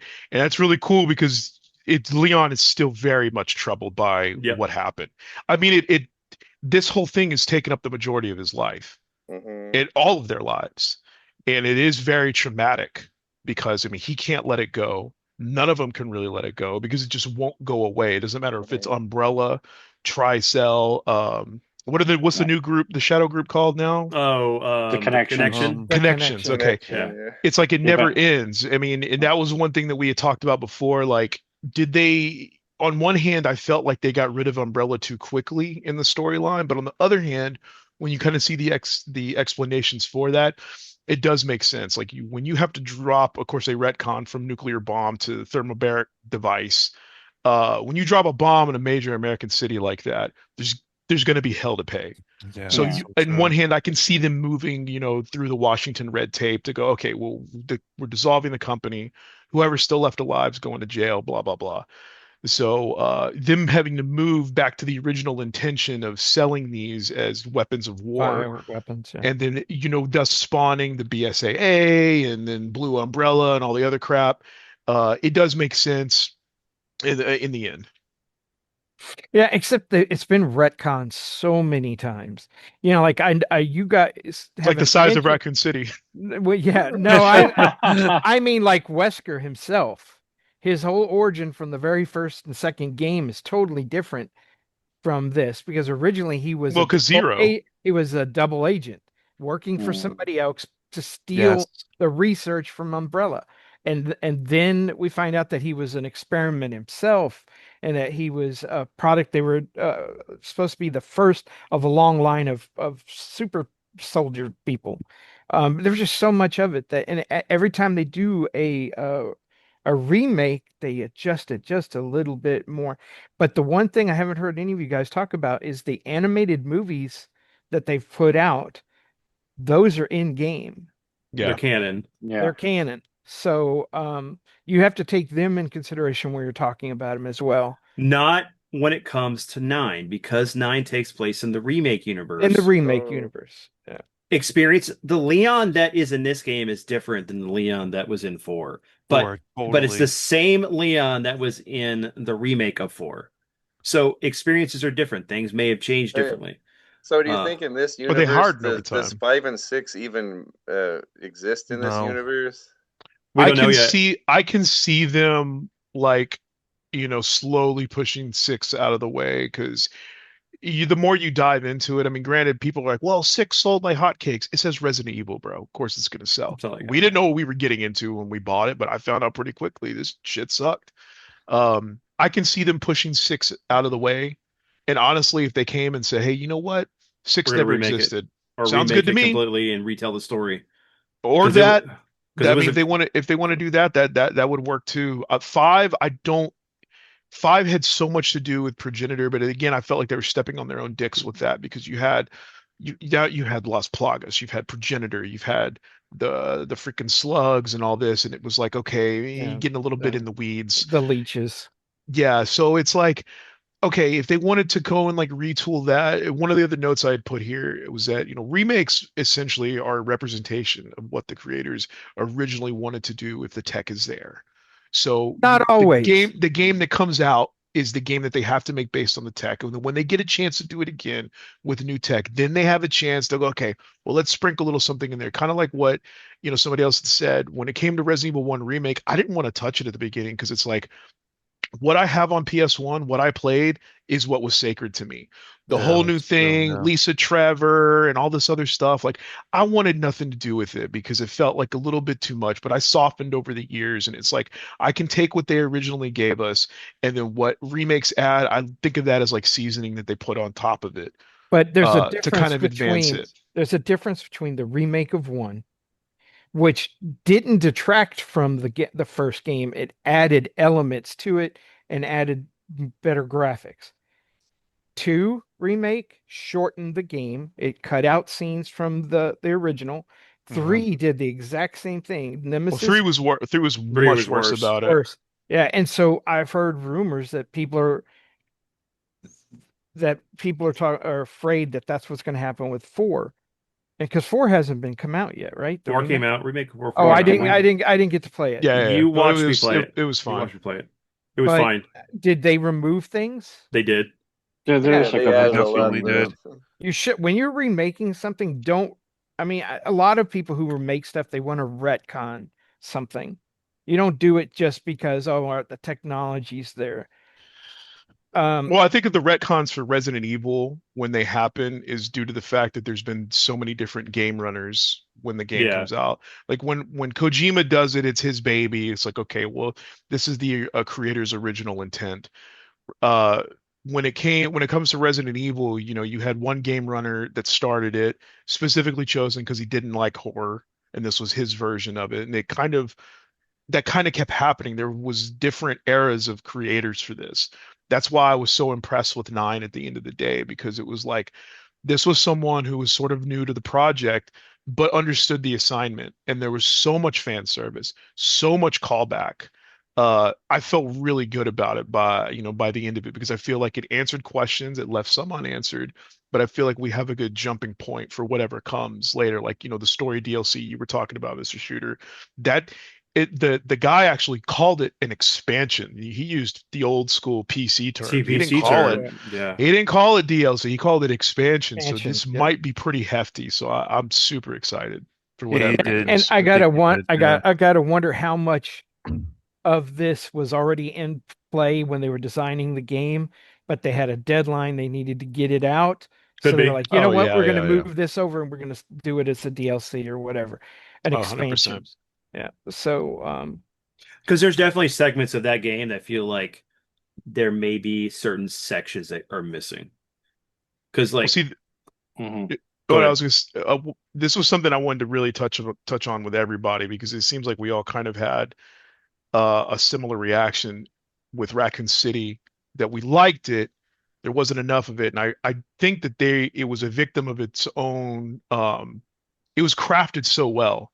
Seeing destroyed Raccoon City, like when you first roll up in the Porsche, and like when I got out, no lie, I kind of like I really like slow panned. I looked at stuff. I'm like, holy shit, I'm back in Raccoon City. This is amazing. I feel like they were a victim of their own success. They designed it so well. It was so interesting. We all wanted more. If I had my way, I would have done less subway and I would have done more on the surface. Yeah, definitely Uh, more surface. Definitely more on the surface. I Definitely thought more it was surface. super interesting to what it looked like. And then finding out that BSAA, because that was, I can't remember who it said. I want to say it was Mr. Shooter, where it was like, well, how they built the one wall to contain the inner city, which was Insane. mainly to protect Ark. No, What that was about me. the monsters that were roaming around? Well, we find out, I can't remember which game, if it was actually this one or no, but BSAA has been poking around the whole time. So you can kind of make an inference that the reason why you kind of had like urban explorers come in, yeah, they knew the bomb had dropped, but I think BSAA most likely had kept them out. If you want to give that to Capcom and yeah, say, okay, it wasn't mentioned, but I'll use logic and say, okay, but that's most likely what happened. we see where what was it, Incel or not Incel, the Short new cell. what is it? No, the new ones for Umbrella, sorry. The connections. Connection Yeah. came in, killed the BSA officers there that were patrolling, and it It took was their Xeno. place. It was Xeno It who was did It that. was Xeno. Xeno that killed him. The Xeno came. They didn't show. They only showed up because the commander and his They're all looking units. for Ark. Those guys were working for Umbrella. Hunk was still working for Umbrella. He Yeah, was but I'm not basically. talking about those No, guys. I'm no. No, hold on. Let me. Damn it, Dad. Hold on. What I'm trying to say is that there were multiple groups. So like you can't Yes. say that the connections were connected to what the commander and all them were doing, because those were Umbrella's unit. The connections people came in at the end, at the Well, very yeah, end. well, But Zeno was working for them. when the people that come in and save Leon and them and pull them out, Those are that BSA. and he talks about Chris, Commander Chris, Redfield. Um, that's not them. I believe that's actually No, because that's remember not they show one group that's come down and talking to him, and then they get him out, and then another group comes in and shoots them. That's That's a not. diff. That's that That's a wolf. different. That's a diff. Yeah, That's we don't that wolf. know. That's Yeah, Chris's. That's Chris's unit. That's Yeah. his new Yes, but group. they're His Yeah. wolf team. yeah, they it's were wolf the team. ones that went and cleaned up village at the Yeah, end of RE at Yeah. RE8. yeah, And that's when they found out about the BSA being a little yeah. screwy. Yeah, Yeah, because crooked. that was one of the things that I still wanted to get answered. Again, we can kind of do like a fan inference where we can kind of guess what the intentions were. But I remember when you find that secret cave in Resident Evil 8, you learn that they're using like, I don't want to say mutated, but or their version of enhanced soldiers that they Mhm. worked on like BSAA, and it's like, well, shit, that kind of goes against what you guys were founded on. So I thought that was Mm-hmm. super interesting. I never. And I think that's what Chris is still dealing with right now at this Now, point. Yeah, And that's the reason Probably why yeah, he's the not cleanup of there. a lot of stuff is what Chris is dealing with. and if Yeah. Yeah, I you figured he was still wrapped up with Rose because she's special. So Yeah. that's well, kind of like what I was thinking. so there's a timeline difference on that one, but the thing about if you go and look at there's people who've put up where they've gone and cracked the game. The models for the BSA units that get killed, they're all like they have that zombified look. They're not Really, because I zombified, mean, but you could see you could Yeah. because they look blue yeah, in they're Resident Evil bluish. 8, but in the Right. game they didn't look like that to me. Like because you could still see like their neck and stuff, especially if you go look at the model viewer Hmm. and like Yeah. you can it's high quality, so you can like zoom in. They all had like normal skin color to me. color. So But they may have perfected it. Remember, like what they were sending that's out true. versus what they're That's doing that now. Yeah. But that's the true. the facial looks like what those blue versions of them did. Um, Mm, Now but you guys are going about all of this. Um I we spoke about the police station. mm, And I was and I brought up my piece of, like with him opening up the gate, walking into the police station. I really enjoyed the music in the mm. police station, going around the police station and everything. I wanted to get you guys' views on, what's your experience when you saw the police station and like what was your favorite part of revisiting the police station? And in that as a whole, because I think for me, like the general consensus is, yeah, we saw Raccoon City. Okay, it was great. Zombies, blah blah blah, whatever it was, kind of like let us down a little bit here and there. But the only saving grace for me of Raccoon City, I didn't even care about the orphanage, was the police station. I spent a ton of time exploring the entire thing, looking around and everything. And I really wanted to get your guys' views on what you thought, like how you felt. What was your player experience when you first saw that and the gate that he originally locked and then opened up and stuff? And I'd like to kind of start that with you guys and see where we go from there. I My kind of favorite think part. it. Oh, Oh, sorry. Go ahead. I I'm guess we're sorry. playing Go, rock paper scissors for okay, this. go ahead, Jason. It's probably my favorite part of Raccoon City section, especially whenever you open the big doors, not just the gate. That musical stinger from Resident Evil 2 just plays a little bit there, and I'm like, Uh, okay, this is what I wanted from this Raccoon City scenario. Um, yeah, and just like you, I went around looking around and see where I could go because there's certain areas you can't go in mhm. the destroyed version of RPD. But it was just so cool to get that music. You see the statue, and then you see the old storage case that you can't open anymore. You look at the typewriter, oh, you click on it, and it doesn't work anymore. And then you go upstairs, you go and see the line puzzle, and he says, "Oh, no, those were weird puzzles." There, yeah. I did like those little nods there. I think it was my favorite thing about the entire Raccoon City scenario. I didn't care as much before when you had to deal with the whole detonator thing. Then I got here. This was awesome. Yeah, that's my experience. It was just the music that just chef's kiss on that. I'm kind of glad too. I know it was very brief. Hmm. Yeah, but I'm kind of glad it was kind of slowed down at that point because I wasn't ready to be stressed out with a bunch of gravel throwing zombies and blister heads and all that. I kind of like just exploring that. There was only the one cop, and it was just kind of like a throwaway moment. And so it was just kind of more of like a little area to explore and reminisce. So I'm kind of glad it kind of slowed down and you could just kind of relax and enjoy that moment. Oh, and one other thing, I like the fact that you used an old item from Part Two's remake to do the open up the shutter, Yeah, the That lever. I'm still like, worked. That still it worked. still worked. I'm It'll like, work. that's a little nice nod. I like that. I enjoyed that. And I'll be 1 second. I'm gonna let my cat out.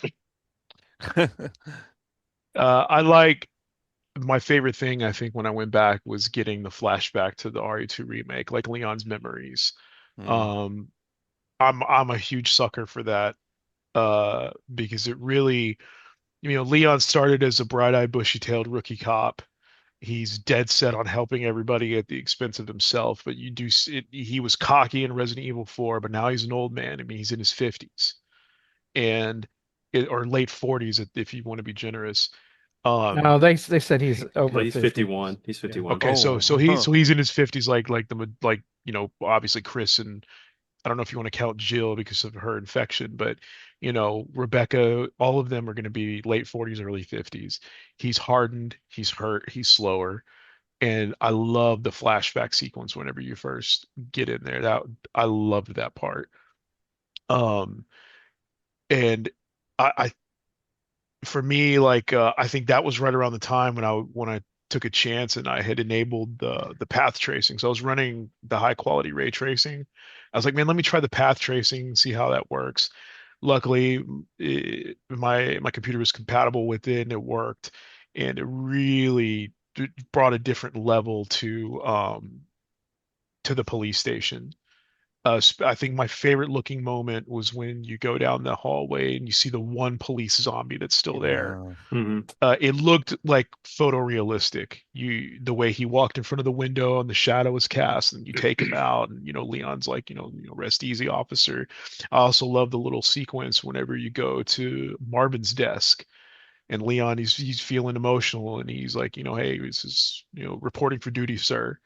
Just talking to Marvin's placard there. I Mhm. love, that stuff. And then seeing the memo about the party they were putting together for him. And then I think towards the end, I don't know how I missed this the first time, but on my second playthrough, I realized that Mr. X was using the tail from the crashed helicopter as he was tearing through the walls. Yeah. Because, I think because I was playing on casual on the second playthrough, so I wasn't as, nervous and I know what to expect. But I saw when I saw that, I was like, "Oh shit, that's the tail from the original helicopter that crashed." So I loved that. Just it was excellent. Did you guys notice that those little raccoons that you can hit in Resident Evil 2 remake, you can see the hat still on Yes. the Yeah, Hmm. banister. one of them Yeah. was on the desk. Like whenever you go back in the stars, like what Sayian was talking about, and you get to see the Made in Heaven jacket and Jill's Yeah. beret, Yeah, Rebecca's health bag, and yeah, over in the corner was one of the ones from remake with the red base that was already yeah. smashed, and I was like, oh, that's awesome. Yeah, I I like was that. like, Yeah.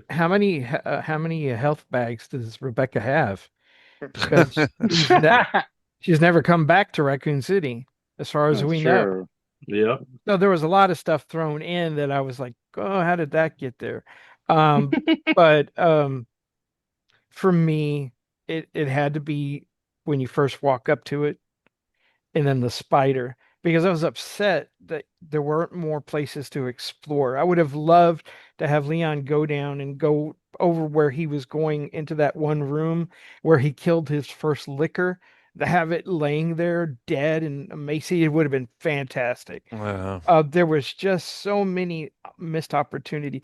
Like, I know it's not Frost. Who's the one who throws Brad. no, the bazooka down to him in the Brad first Bicker. Yeah, it's Brad. Brad. Okay, Right. I thought you said Yeah. Brett. Brad. I was like, No. it ain't. Oh, yeah.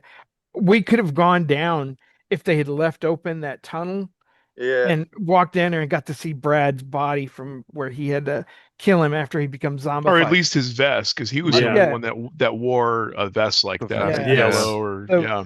there were just a Chicken. lot of missed Well, image, and I'm they gonna did that say, with Kendo. Nobody's mentioned that part when you Oh, leave. I right. Yep. love that. That was amazing.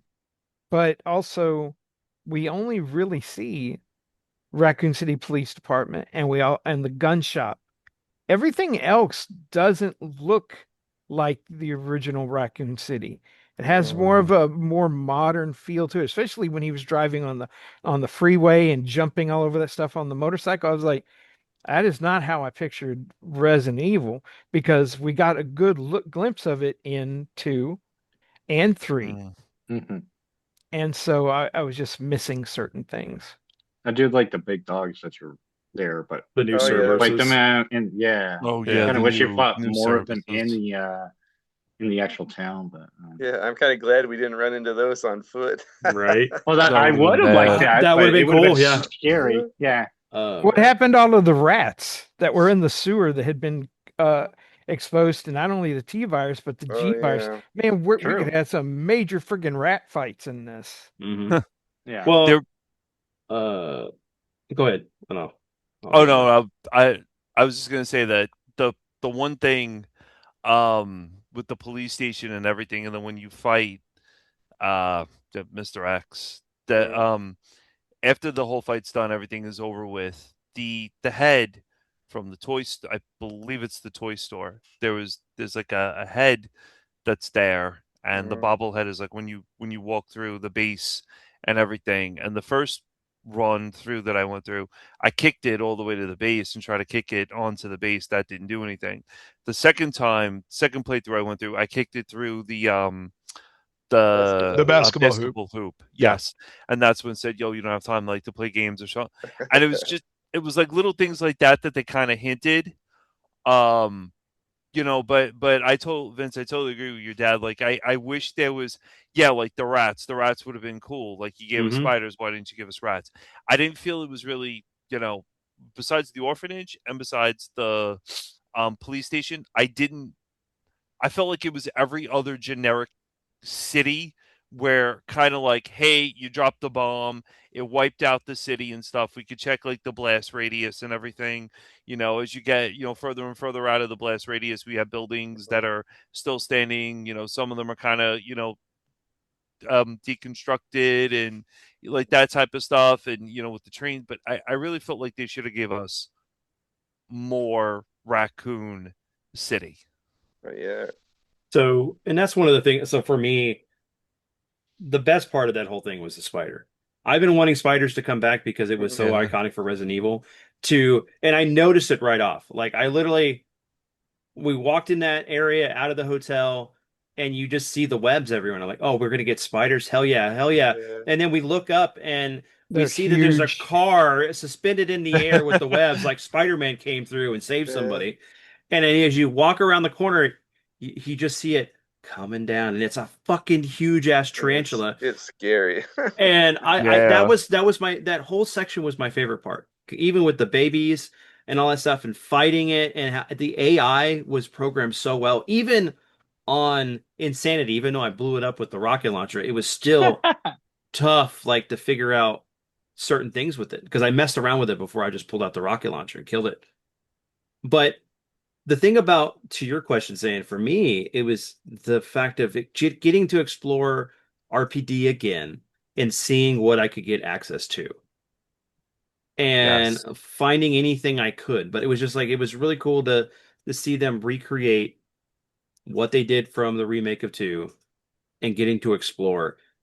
But I think the thing that I liked the most was the memo from 1999, which is the whole thing about finding about Marvin's daughter and her fate and her journey through the I was apocalypse gonna of bring everything. that up. Yeah. And like when I found out that she died and everything, and I was like, oh my God, this is so like how she died and where you find her shoe, and that's where you get the keychain and everything.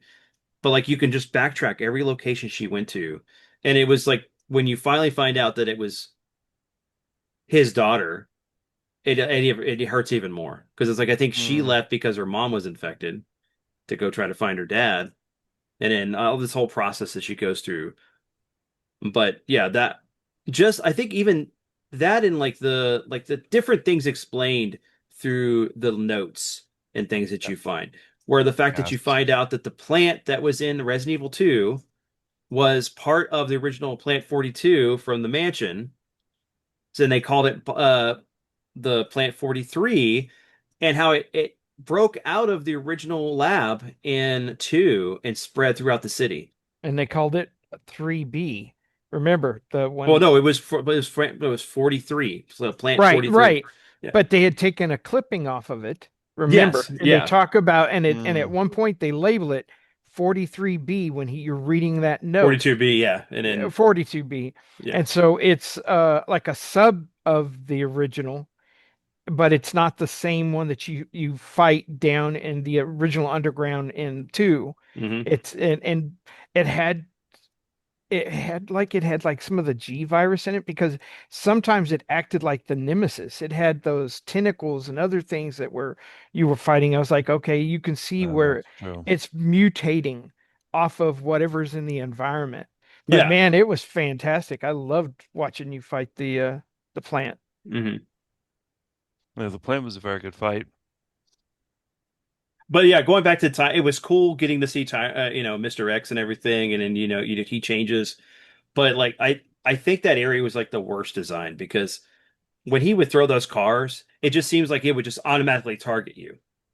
Because like Yeah. he would lift it up in the Yeah, they air. didn't. I that bothered me so much. I went to go look and see what physics engine they used because no, yeah, because again, playing on the classic standard, my first run through, I swear the PC difficulty was different because even with full body armor that I had at the time, one of those cars damn near killed me. And his character was like facing off to the side and he flipped it and it just like glitched in the air and it came right at me.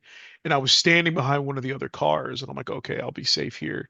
And it just went like it like bounced and went through the car and just crushed me. And I was like, Yeah. But there was definitely certain things in this game, like I don't know if you guys noticed this or not, but when Grace is at the hotel and she pulls out her backpack and she grabs whatever, the backpack disappears. It's no longer in the environment. I'm like, you have this attention to detail through this whole game, but even in the beginning, you forgot to like leave the backpack that she carries in with her on the floor somewhere. Like, Yeah. because you don't see her throw it over the bar. She just places it because she hears the sound and then it's gone. But there was like other sections that are like the same thing. It's like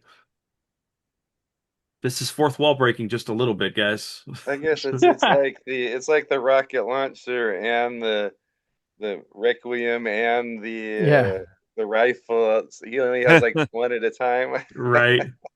that would suck if you had to have that you were carrying that case, you know, Oh, and the you were having suitcase. you had to Yeah. open it and pull out the weapon you were going to use Oh, while you were in the jeez. middle of it. Yeah, yeah. Give me a No. What second, about monster.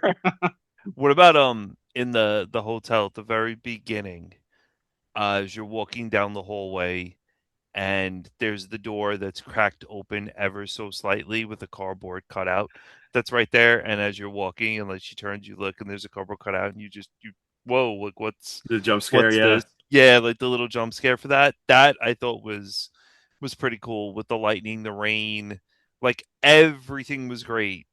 Everything for me was phenomenal up until Raccoon City. Not sound broken record, but it was up until like Raccoon City, and then it was like the whole Raccoon City thing, and then once you did the elevated, hey, I'm gonna pretend to be Neo from the Matrix and drive completely vertically up a You could have. building. No, yeah. I they mean, had to give Leon his punching boulders moment. Well, right. So Like now we have the I Chris just couldn't have been evil the only Knievel. one. They had to give Yeah. it to him. We had to give I Evil was like, you Knievel. know what? Guy's infected. He's got some sort of superhuman power where he could defy the laws We of call him physics not and giving a just, fuck. yeah, I mean, like he just goes, he's like, whatever.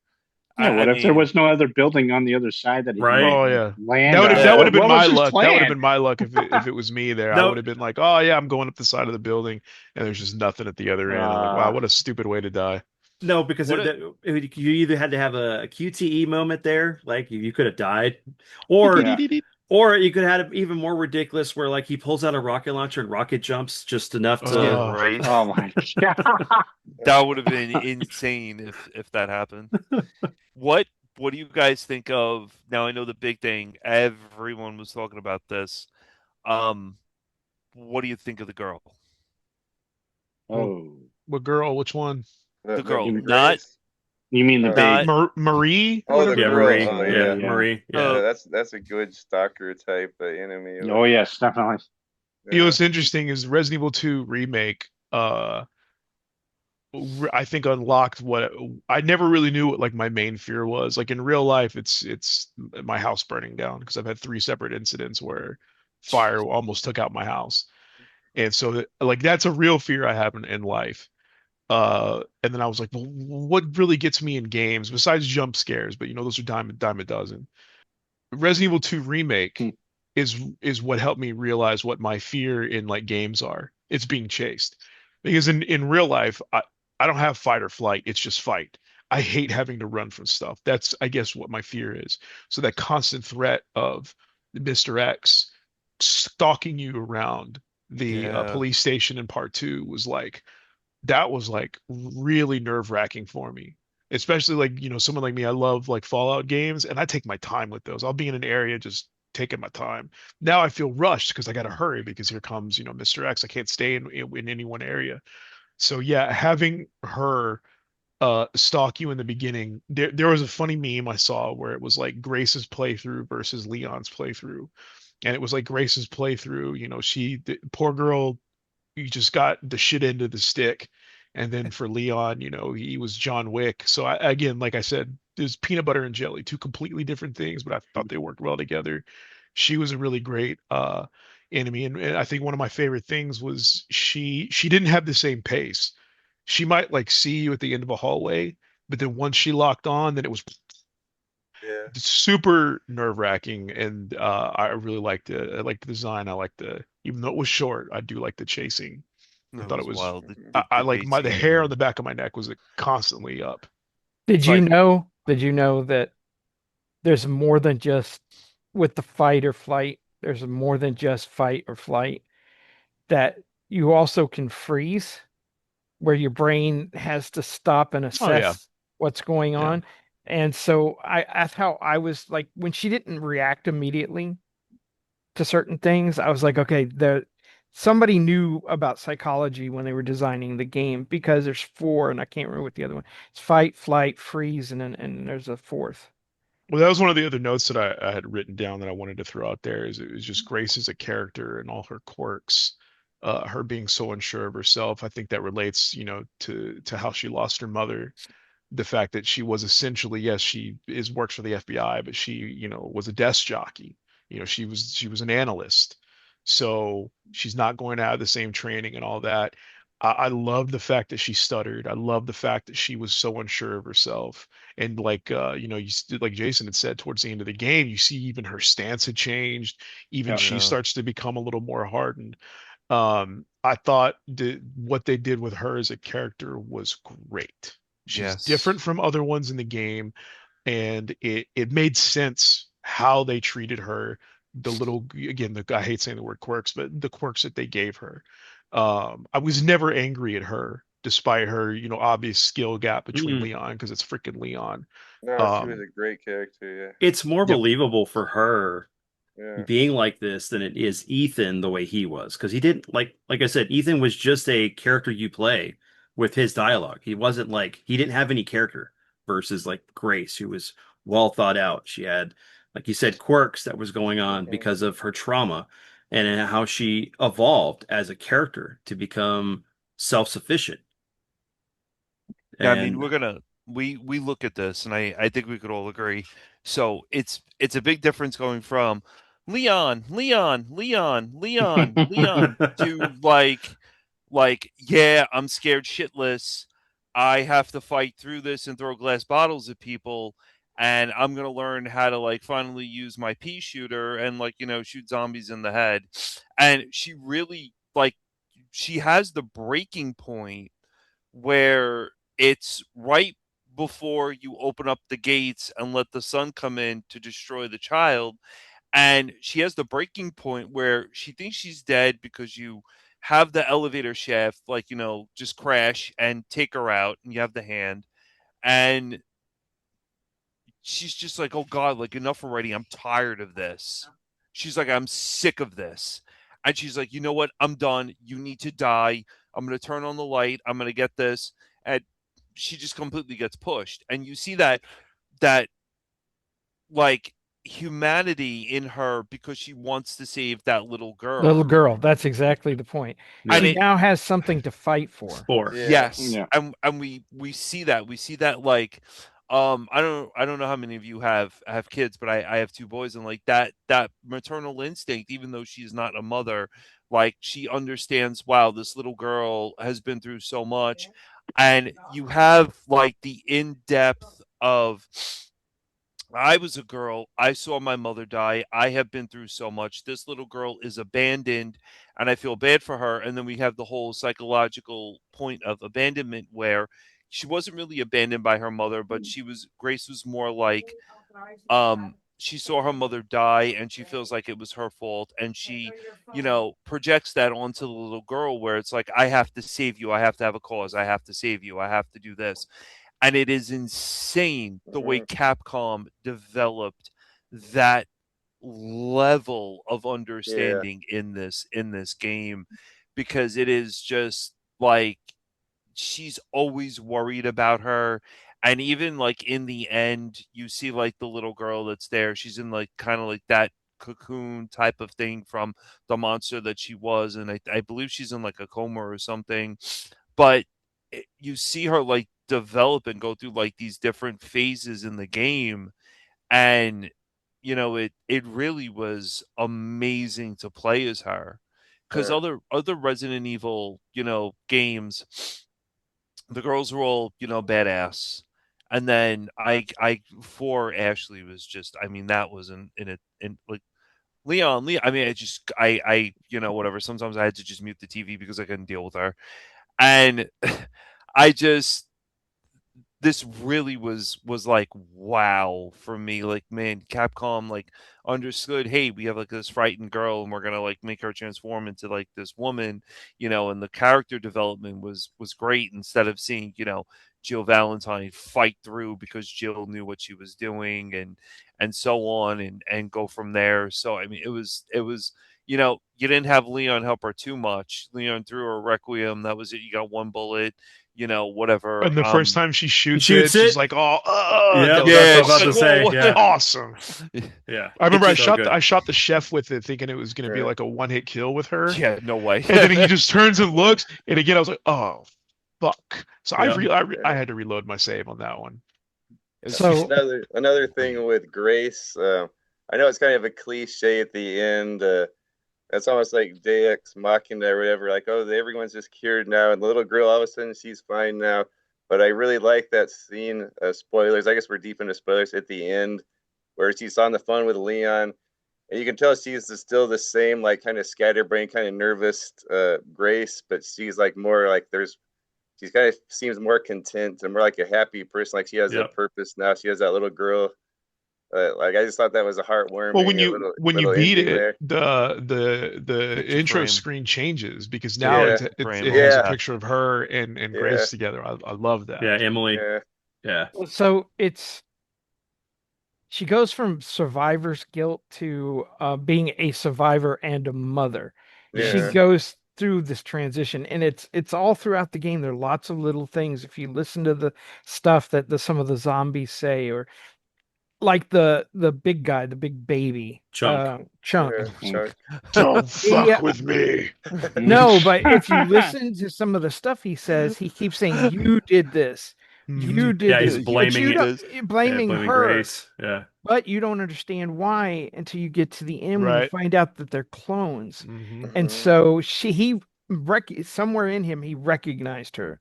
Yeah. And so that's why he was just really focused on her. Mhm. Whereas like when he was fighting Leon, it was just an enemy. Yeah. But it seemed more personal when he was after Grace. Yeah, it And you did. see that a lot in the game. Some of the things that the zombies are saying and doing. I mean, there was a lot of thought, psychology and things going into this game. Um, oh, did anybody else notice that the when the little girl, what y'all say her name is? Emily. Emily. Emily. Or more, well, Emily's the one that turns into the monster, but the other one that is the monster is Maria or Yeah, Mary. Maria. Oh, So did y'all notice that she turns into the butt weasel from Oh yeah, Emily. Yeah, she turned from freaking from freaking Dreamcatcher. Dreamcatcher? Look at her and look at the monster at the end. Yeah, They're the exact same design. Mr. Gray. Mr. Mr. Gray. Gray. Yep. Um, I was laughing. but I was, going back to what Anthony said or the question he posed. For her being a stalker was really cool because you kind of felt guilt for her, or you sorry for her for what was going Yeah. on to her, because it wasn't like she was doing it. I mean, because she wanted to. Intentionally. Yeah, Yeah. but it's like once you learn her pattern, she's not. I don't. I'm not scared of her at all. But like that first time, I was like, okay, run, get to the door, because I know she's gonna bite your head off. Especially when you play it on freaking insanity. Like Oh, she's anytime, fast. anytime she's fast, Ooh. anytime she catches you, she just instantly kills you. Yeah. I thought I was being slick the first time I played because I let her get all the way into that room, and then I ran around the table and turned the light on. I was like, "Gotcha, bitch!" And I saw her like, I'm like, "Dude, did I just figure out some cool stuff?" And then she just runs out. I was like, yeah, and then when Yeah. you do it, when you go I back thought in there, I thought I found out something cool, because normally like if you turn the light on, she'll dip her head in, she burns and then backs out. Yeah, she You turn dips the and light dips off, she again. comes all the way into the Nah. room. What's So interesting I about thought I that got her. too is that the second time you try to bait her into that room, she won't Mhm. go in it. She'll stop She'll go right right at the up into door. the yeah. wrap, and then she'll rip out the power. Yeah. I'm like, Uh, oh, Another oh that's an shit interesting moment. touch. oh shit, yeah. Yeah, she's starting to catch Um, on. but one of the things is like for when you fight her on infinite mode, or you can do this on any mode, is when you're pushing that cart. So like when the bottles move, that's when you stop because if you keep moving, it'll fall over. But you I could, think I need to like well, put this.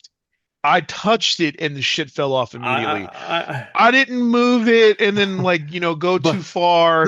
No, Vince, but I'm telling you, I hold touched on. it and the stupid piss pan fell off the top. Off my And I was okay. like, okay, So no, whatever. And then I watched your playthrough and I'm like, you ran on that thing like you're a fucking Sonic and you got it all the way to the thing. I was like, hold on what the now. shit? Hold on now. That didn't work like that for me.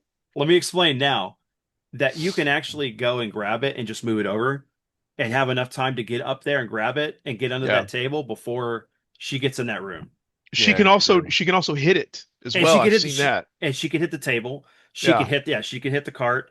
So one of the things to kite her is that when she comes in that room to find you, you kind of run past her to the hallway, but you Mhm. stop in the door. But like before you go to the door, you want her to start coming towards you this way before you beeline to the cherub room.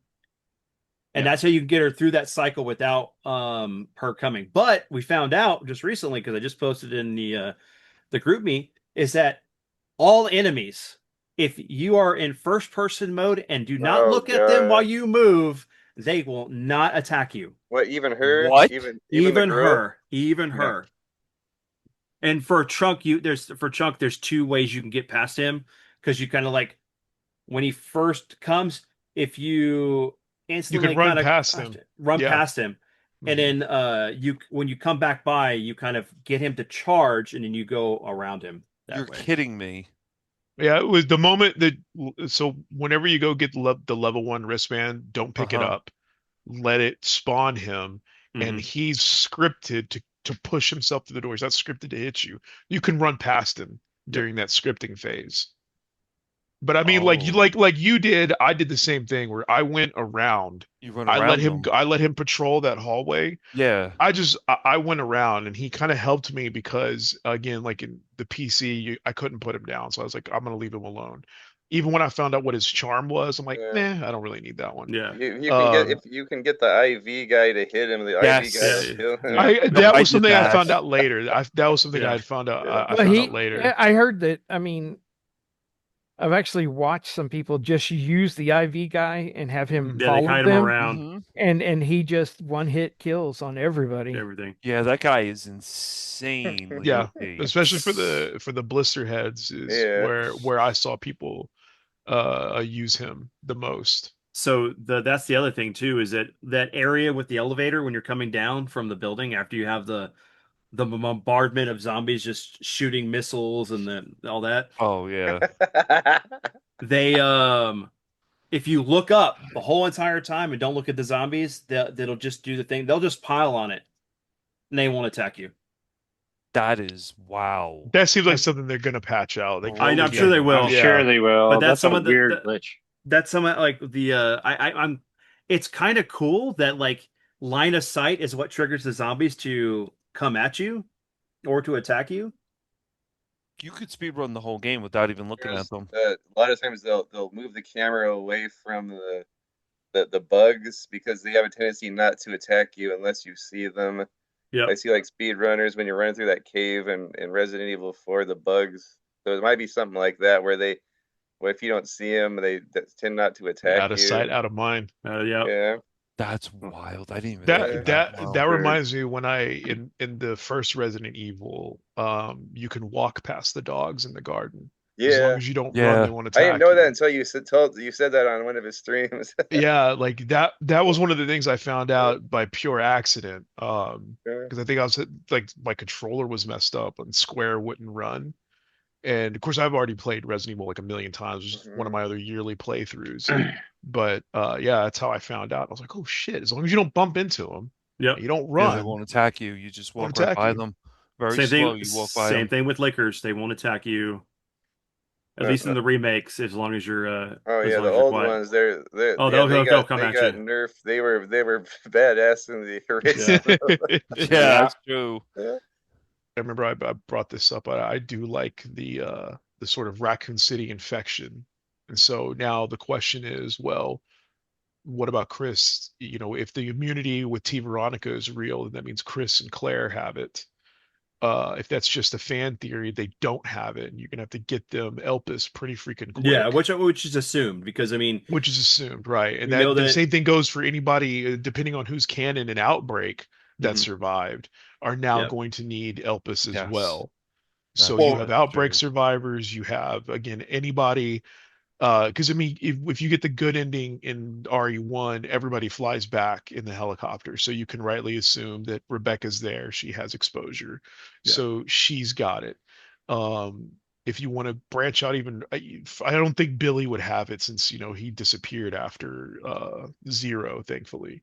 So there's going to be people that you know anyone who it seems like what they were going for is that anybody was there that during the original infection has now carried this with them over the years, Yeah. and because it wasn't a direct viral payload, it slowly over time has manifested into what you see with Sherry or what you see with Leon. So that No, raises questions like what if, anybody that was there, Ada, anybody that was there how now about potentially Carlos? has this. I've been waiting. Carlos, him too. I want he was him to yeah, be he was reintroduced. on my MIA list. Carlos could potentially have it, so it opens up a lot of what they could do. That's why I really liked it because it gives it like forces Capcom in a way to tie up loose ends. Hmm. Yeah, that's There's true. another thing that I had written here was this forces them now. Like your hand is forced. You've written Well, this thing, it is cool, but now what are you gonna do? the also thing that the other thing is the fact that Alpus cures all viral infections that are related to the All of them. progenitor, all of The them. man All of them. the man-made like weapons, yeah, like Yeah.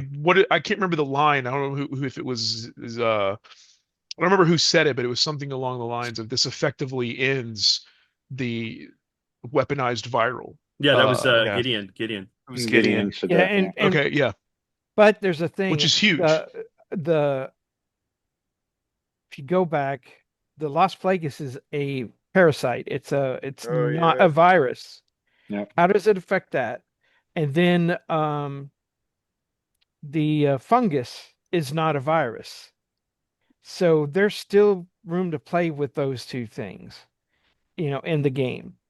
Well, Um, with 8, it really looked like you took care of it. Like 7 and 8, I feel without going too The far mold's into them, gone. The Megamycet's they gone because of they they were killed the almost hive mind. self-contained stories like that. Like, I think a lot of I don't know if I want to say a lot, but I know Vince feels the same way. Like kind of like with Resident Evil 1 remake, I had shunned it because I didn't want it to overtake what I had felt with PlayStation, but I grew an appreciation for it over the years and I really like it.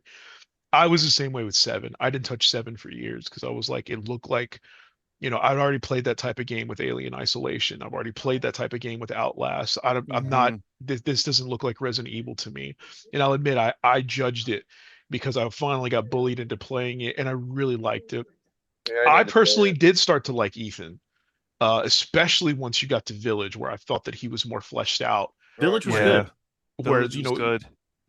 what now I can say it, Anthony, what he had touched upon, where you see like that maternal instinct, Hmm. that parental instinct take over, and he's like, where is my fucking daughter? Like he's Yep. had enough by the time Yes. Village comes I've had along. enough of these motherfucking moldeds and my Yeah. motherfucking Yes. Like he's done, especially with the intro with Chris and finding out that was actually Mother Miranda. Like yeah, he is done Yeah, with he's this just shit. done. He's yeah. he's ready to go. I mean, he takes that fly swatter and goes after Lady D like there is no tomorrow. So, I mean, But He doesn't give a shit. he's like whack, whack, whack. But yeah, but it's because his daughter, they hint that she is still has She's still, but she's the only connected one. to it, right? Yeah, she's the only one yeah. because when Mother Miranda died, it killed all the molded except for her. She's Hmm. the only outlier.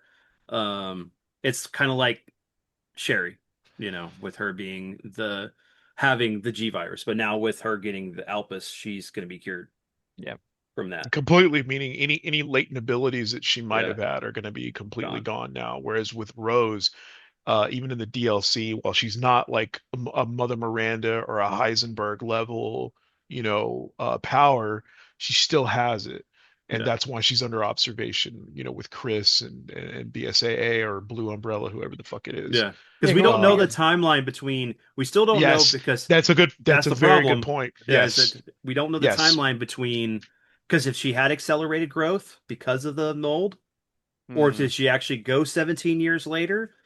So we Hmm. don't know where that fits in with, but we know that at least at the end of 8 is before 9 I think at that point you got to go with accelerated growth aging. because I mean Yeah. she's essentially reborn, at the end. Hmm. I think you have to go with that because obviously Chris is still alive because they mention it whenever the agent comes up to get her from the graveyard. Graveyard. Yeah. Yeah, Mhm. yeah. Yeah, so Chris is still alive. You know that's too long of an age gap now. So there's got to be some acceleration going on. Hmm.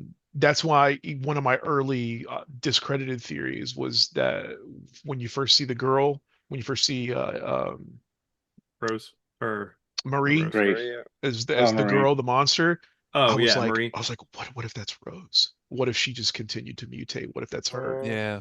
And they dropped her in Raccoon City because they didn't know what the fuck to do with her because she was so powerful. I also thought it might have been Lisa Trevor because for all intents and purposes, she was immortal. You could Hmm. not kill her. So those are some of my like early sort of theories Now Yeah, I that you thought the same before. brought thing about Lisa. Yeah. now that you brought that up, I felt it was a cop out to make Spencer all of a sudden have a Change of heart. change change A of heart, conscious. you know, because he's such the heart of all the what happens in every one of the Well, his whole thing had games. changed over time. Like originally he wanted to accelerate the evolution of man. Then he sort of got into the whole eugenics side and said, "Well, you know what? Yeah. What if it's just me?" Then he switched over to just wanting to be Immortal. immortal. Yep. So he's had these changes over the years. So when you say cop out, I understand because like I'm not going to argue against that because I think that that's a valid point. But But I kind of liked it. I thought it was interesting. I thought it was because if there was anyone who could like create something that stop it, it was gonna be him. and So I would also add this, the fact that it makes sense now why Wesker was looking for him and killed him. Because if yes, he had because already he changed, would have known. Yeah, he had already changed that change of heart, and he yes, gave grace Alyssa. to Alyssa, Hmm. and he had already created Alpus. And Yeah, that's a very good point. if Wesker was wanting to, that would have been the perfect reason why he killed him because he found out that there was some kind of new virus that's supposed to be all powerful, and It just loops Yeah. back to 5, and that means 5 needs to be remade if they're going to do it. Or if, Yeah. If that's what they were really thinking there. yeah. Yeah. Yeah, if I that's heard what they. Code Veronica's in the remake for 2027. Yeah, it's the Yes. next game remake game. All right, so last thoughts on 9. Good Anything? game. Recommended. Um, it's not the game of the year for me yet, but mostly because of my critical thoughts of it. But it's a recommended game. It's actually an easy gateway game for Resident Evil for newcomers to get into the story a little bit. Um, Wow. you know, and then they can, I guess, work their way backwards if they do it that way. But no, it was good. I enjoyed it. I enjoyed the Grace areas a little bit more, mostly because Raccoon City was a bit of a letdown, even though there was some cool parts. Ark was pretty cool. Mhm. Although I think the whole lab thing has been played up a few times right now, Yep. so could have been they could have done something totally different in there, but it still was good. It was better than the Raccoon City aspect. Mhm. But beyond that, if people haven't played it yet, play it, try it out for yourself, and see how you like it. That's how I would put it. Yeah, I know. I don't have much to add to that. I think that sums it up. Yeah. It's too early for game of the year, but I thought it was excellent. Me, I gave it a solid 9 out of 10. But the story, I really carried it for me. I was one of my biggest gripes with the series was them leaving characters out in the open. Give them some finality, either kill them or give them finality in another way. I hate that they leave stuff open, but with this possibility of this Raccoon City infection looming about, I think that they have a chance to tie up those loose ends, to bring back, characters that haven't been there for a while. So I'm really excited about the future of the series. I thought that, one of my big, I don't want to say a gripe, but one of my issues with 7 and 8 was that they were you could have called them, anything else other than Resident Evil, and they still would have worked because they were so independent for it. But when I kind of take a step back, they needed to be independent because they really had to get the series back on track. So I do have a better appreciation for 7 and 8, especially 8 Village, as the years went by.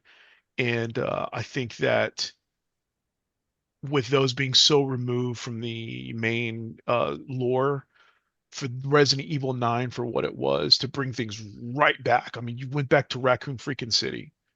So for them to do that, I thought was the absolute correct decision for the story, and I really look forward to what they got coming next. And yes, the game's awesome. Go play Yeah, I'd say for me, it's my game of the year. I don't remember the last. The year's not over yet, but so far, I don't remember the last time I played a game like I wanted to play a game 5 times in a row. But yeah, yeah, and I love all of it. Just yeah, brings it back to Resident Evil. I really do want to play 7 and 8 now. But from what I got, it was like everything from all of my favorite Resident Evils all combined into one. I got all kinds of vibes from like every single Resident Evil in the series, and that even six, I got some Resident Evil 6 vibes in there. And I even towards the end, I even got some like Metal Gear Solid guy vibes, like during that whole fight with the Umbrella Elite troops or whatever, and I even got almost like a win back vibe. I was just playing win back, but the music and everything almost kind of sounded like win back. And you got this blonde guy shooting soldiers that kind of gave me a win back vibe at the end there when that liquor chamber fighting those guys. I got some Evil Within vibes. I know Within was made by Shinji Mm. Mikami, who didn't have anything to do with this. But man, it was almost like deja vu a couple of parts in this game when you're fighting all those stupid zombies on the buildings. It really took me back to Evil Within. I just got a lot of good vibes from this, like uh, from other games I like. And even I know he didn't like the underground subway parts of the game, but we wanted to see more raccoon, but that whole raccoon section did kind of give me Fallout vibes, mostly just because it had that post-apocalyptic setting. You go Yep. down into the subways, and it kind of connects you to different areas of the deteriorating the post-apocalyptic city. It kind of gave me some Fallout 3 vibes, so I like that. Yeah, so this is pretty much just like everything I like about games in one. So yeah, I I'd be hard pressed not to give it a 10. Geez, I'd have to. It's my top two. I Yeah. mean, my first one's Octopath Traveler 0, but this one's definitely number two. It's a great game. It ties everything together. I mean, the only gripe I have is the Raccoon City thing, but Mhm, I mean, other than that, it's really over the top cinematics, and mhm, it has a solid replay value because you want to get like the weapons and you want to do all of that. And I mean, like the jump scares like kind of get stale after a while, but you're you're kind of reinventing the wheel over again with how could I get around this person using the tools I have that I didn't really think mhm. of the first time. So that's how you get your replay value in. Um, but other than that, it ties everything together, and it's a great game. I would give it, yeah, I'd give it like 5 out of 5. I can't wait to play it on the PC with like, you know, all the graphics like turned up and everything. So that's what I'm really looking forward to. So yeah. Other than that, I mean, I played it on PS5. I thought it was great. I'll see how it goes on PC, and I'll go from there. Path tracing, yeah. Dad. Oh, I loved it. I, you know, I can't say I loved it as much as I've loved past Resident Evil games, but it's up there. It's too early in the year to say it's the best game of the year, I think. And if we get the DLC as quickly as they say it's coming out, it'll be even better. But I would say this to anybody listening, if you're going to play it through on your own. Don't look at any of the magazines, don't listen to anything. Just immerse yourself in the game and enjoy it. And then after you beat it the first time, you can go through and do all the other stuff. Yeah, I will say this is I talked about this being my top three Resident Evil games. I really enjoyed this. I enjoyed the story a lot. The gameplay was great. Just the different things that you could play with, like Anthony was saying, with how to take out enemies or what you can do, like how you can bypass things if you know what you're doing. Routing was really cool in this game after playing it a second time. Instead of having to go and play through the same sections over and over again, I could route it and go a different way. And that's kind of like why I liked the Raccoon City section, even though it wasn't as long or in depth as we wanted it. It was nice and freeing to be able to be open to do whatever I wanted instead of being stuck with, oh, I have to get to this objective with Leon, or I have to do this with Grace. Now I can actually, explore, but there definitely needed to be much more. There are a lot of complaints with this game, but like I said, I loved it. It ranks up there high with my franchise love for the series. But I think I would give it a, yeah, 9 out of 10. I enjoyed getting to play this game with my dad. Yeah, We that's why I really enjoyed it was we played it together. Yeah. So, but yeah, everyone, thanks for being here, guys. Thank you. Um, we will let me know down in the comments, or let us know down in the comments below if you played the game. What were your thoughts? Do you agree with what we discussed during this episode? And do you So, want another Resident Evil video? Because I could continue to talk about it yeah, for we fucking could, hours. we There's could. so many I Resident have Evils, notes so I we didn't could. get to. Yeah, we could definitely come True. back for a part two, but it would just be Resident Evil stuff. But let us know. We will definitely do that. But everyone have a great rest of your week, and we will see you next time. Have a good Peace out, weekend. everyone. Good night, everyone. Not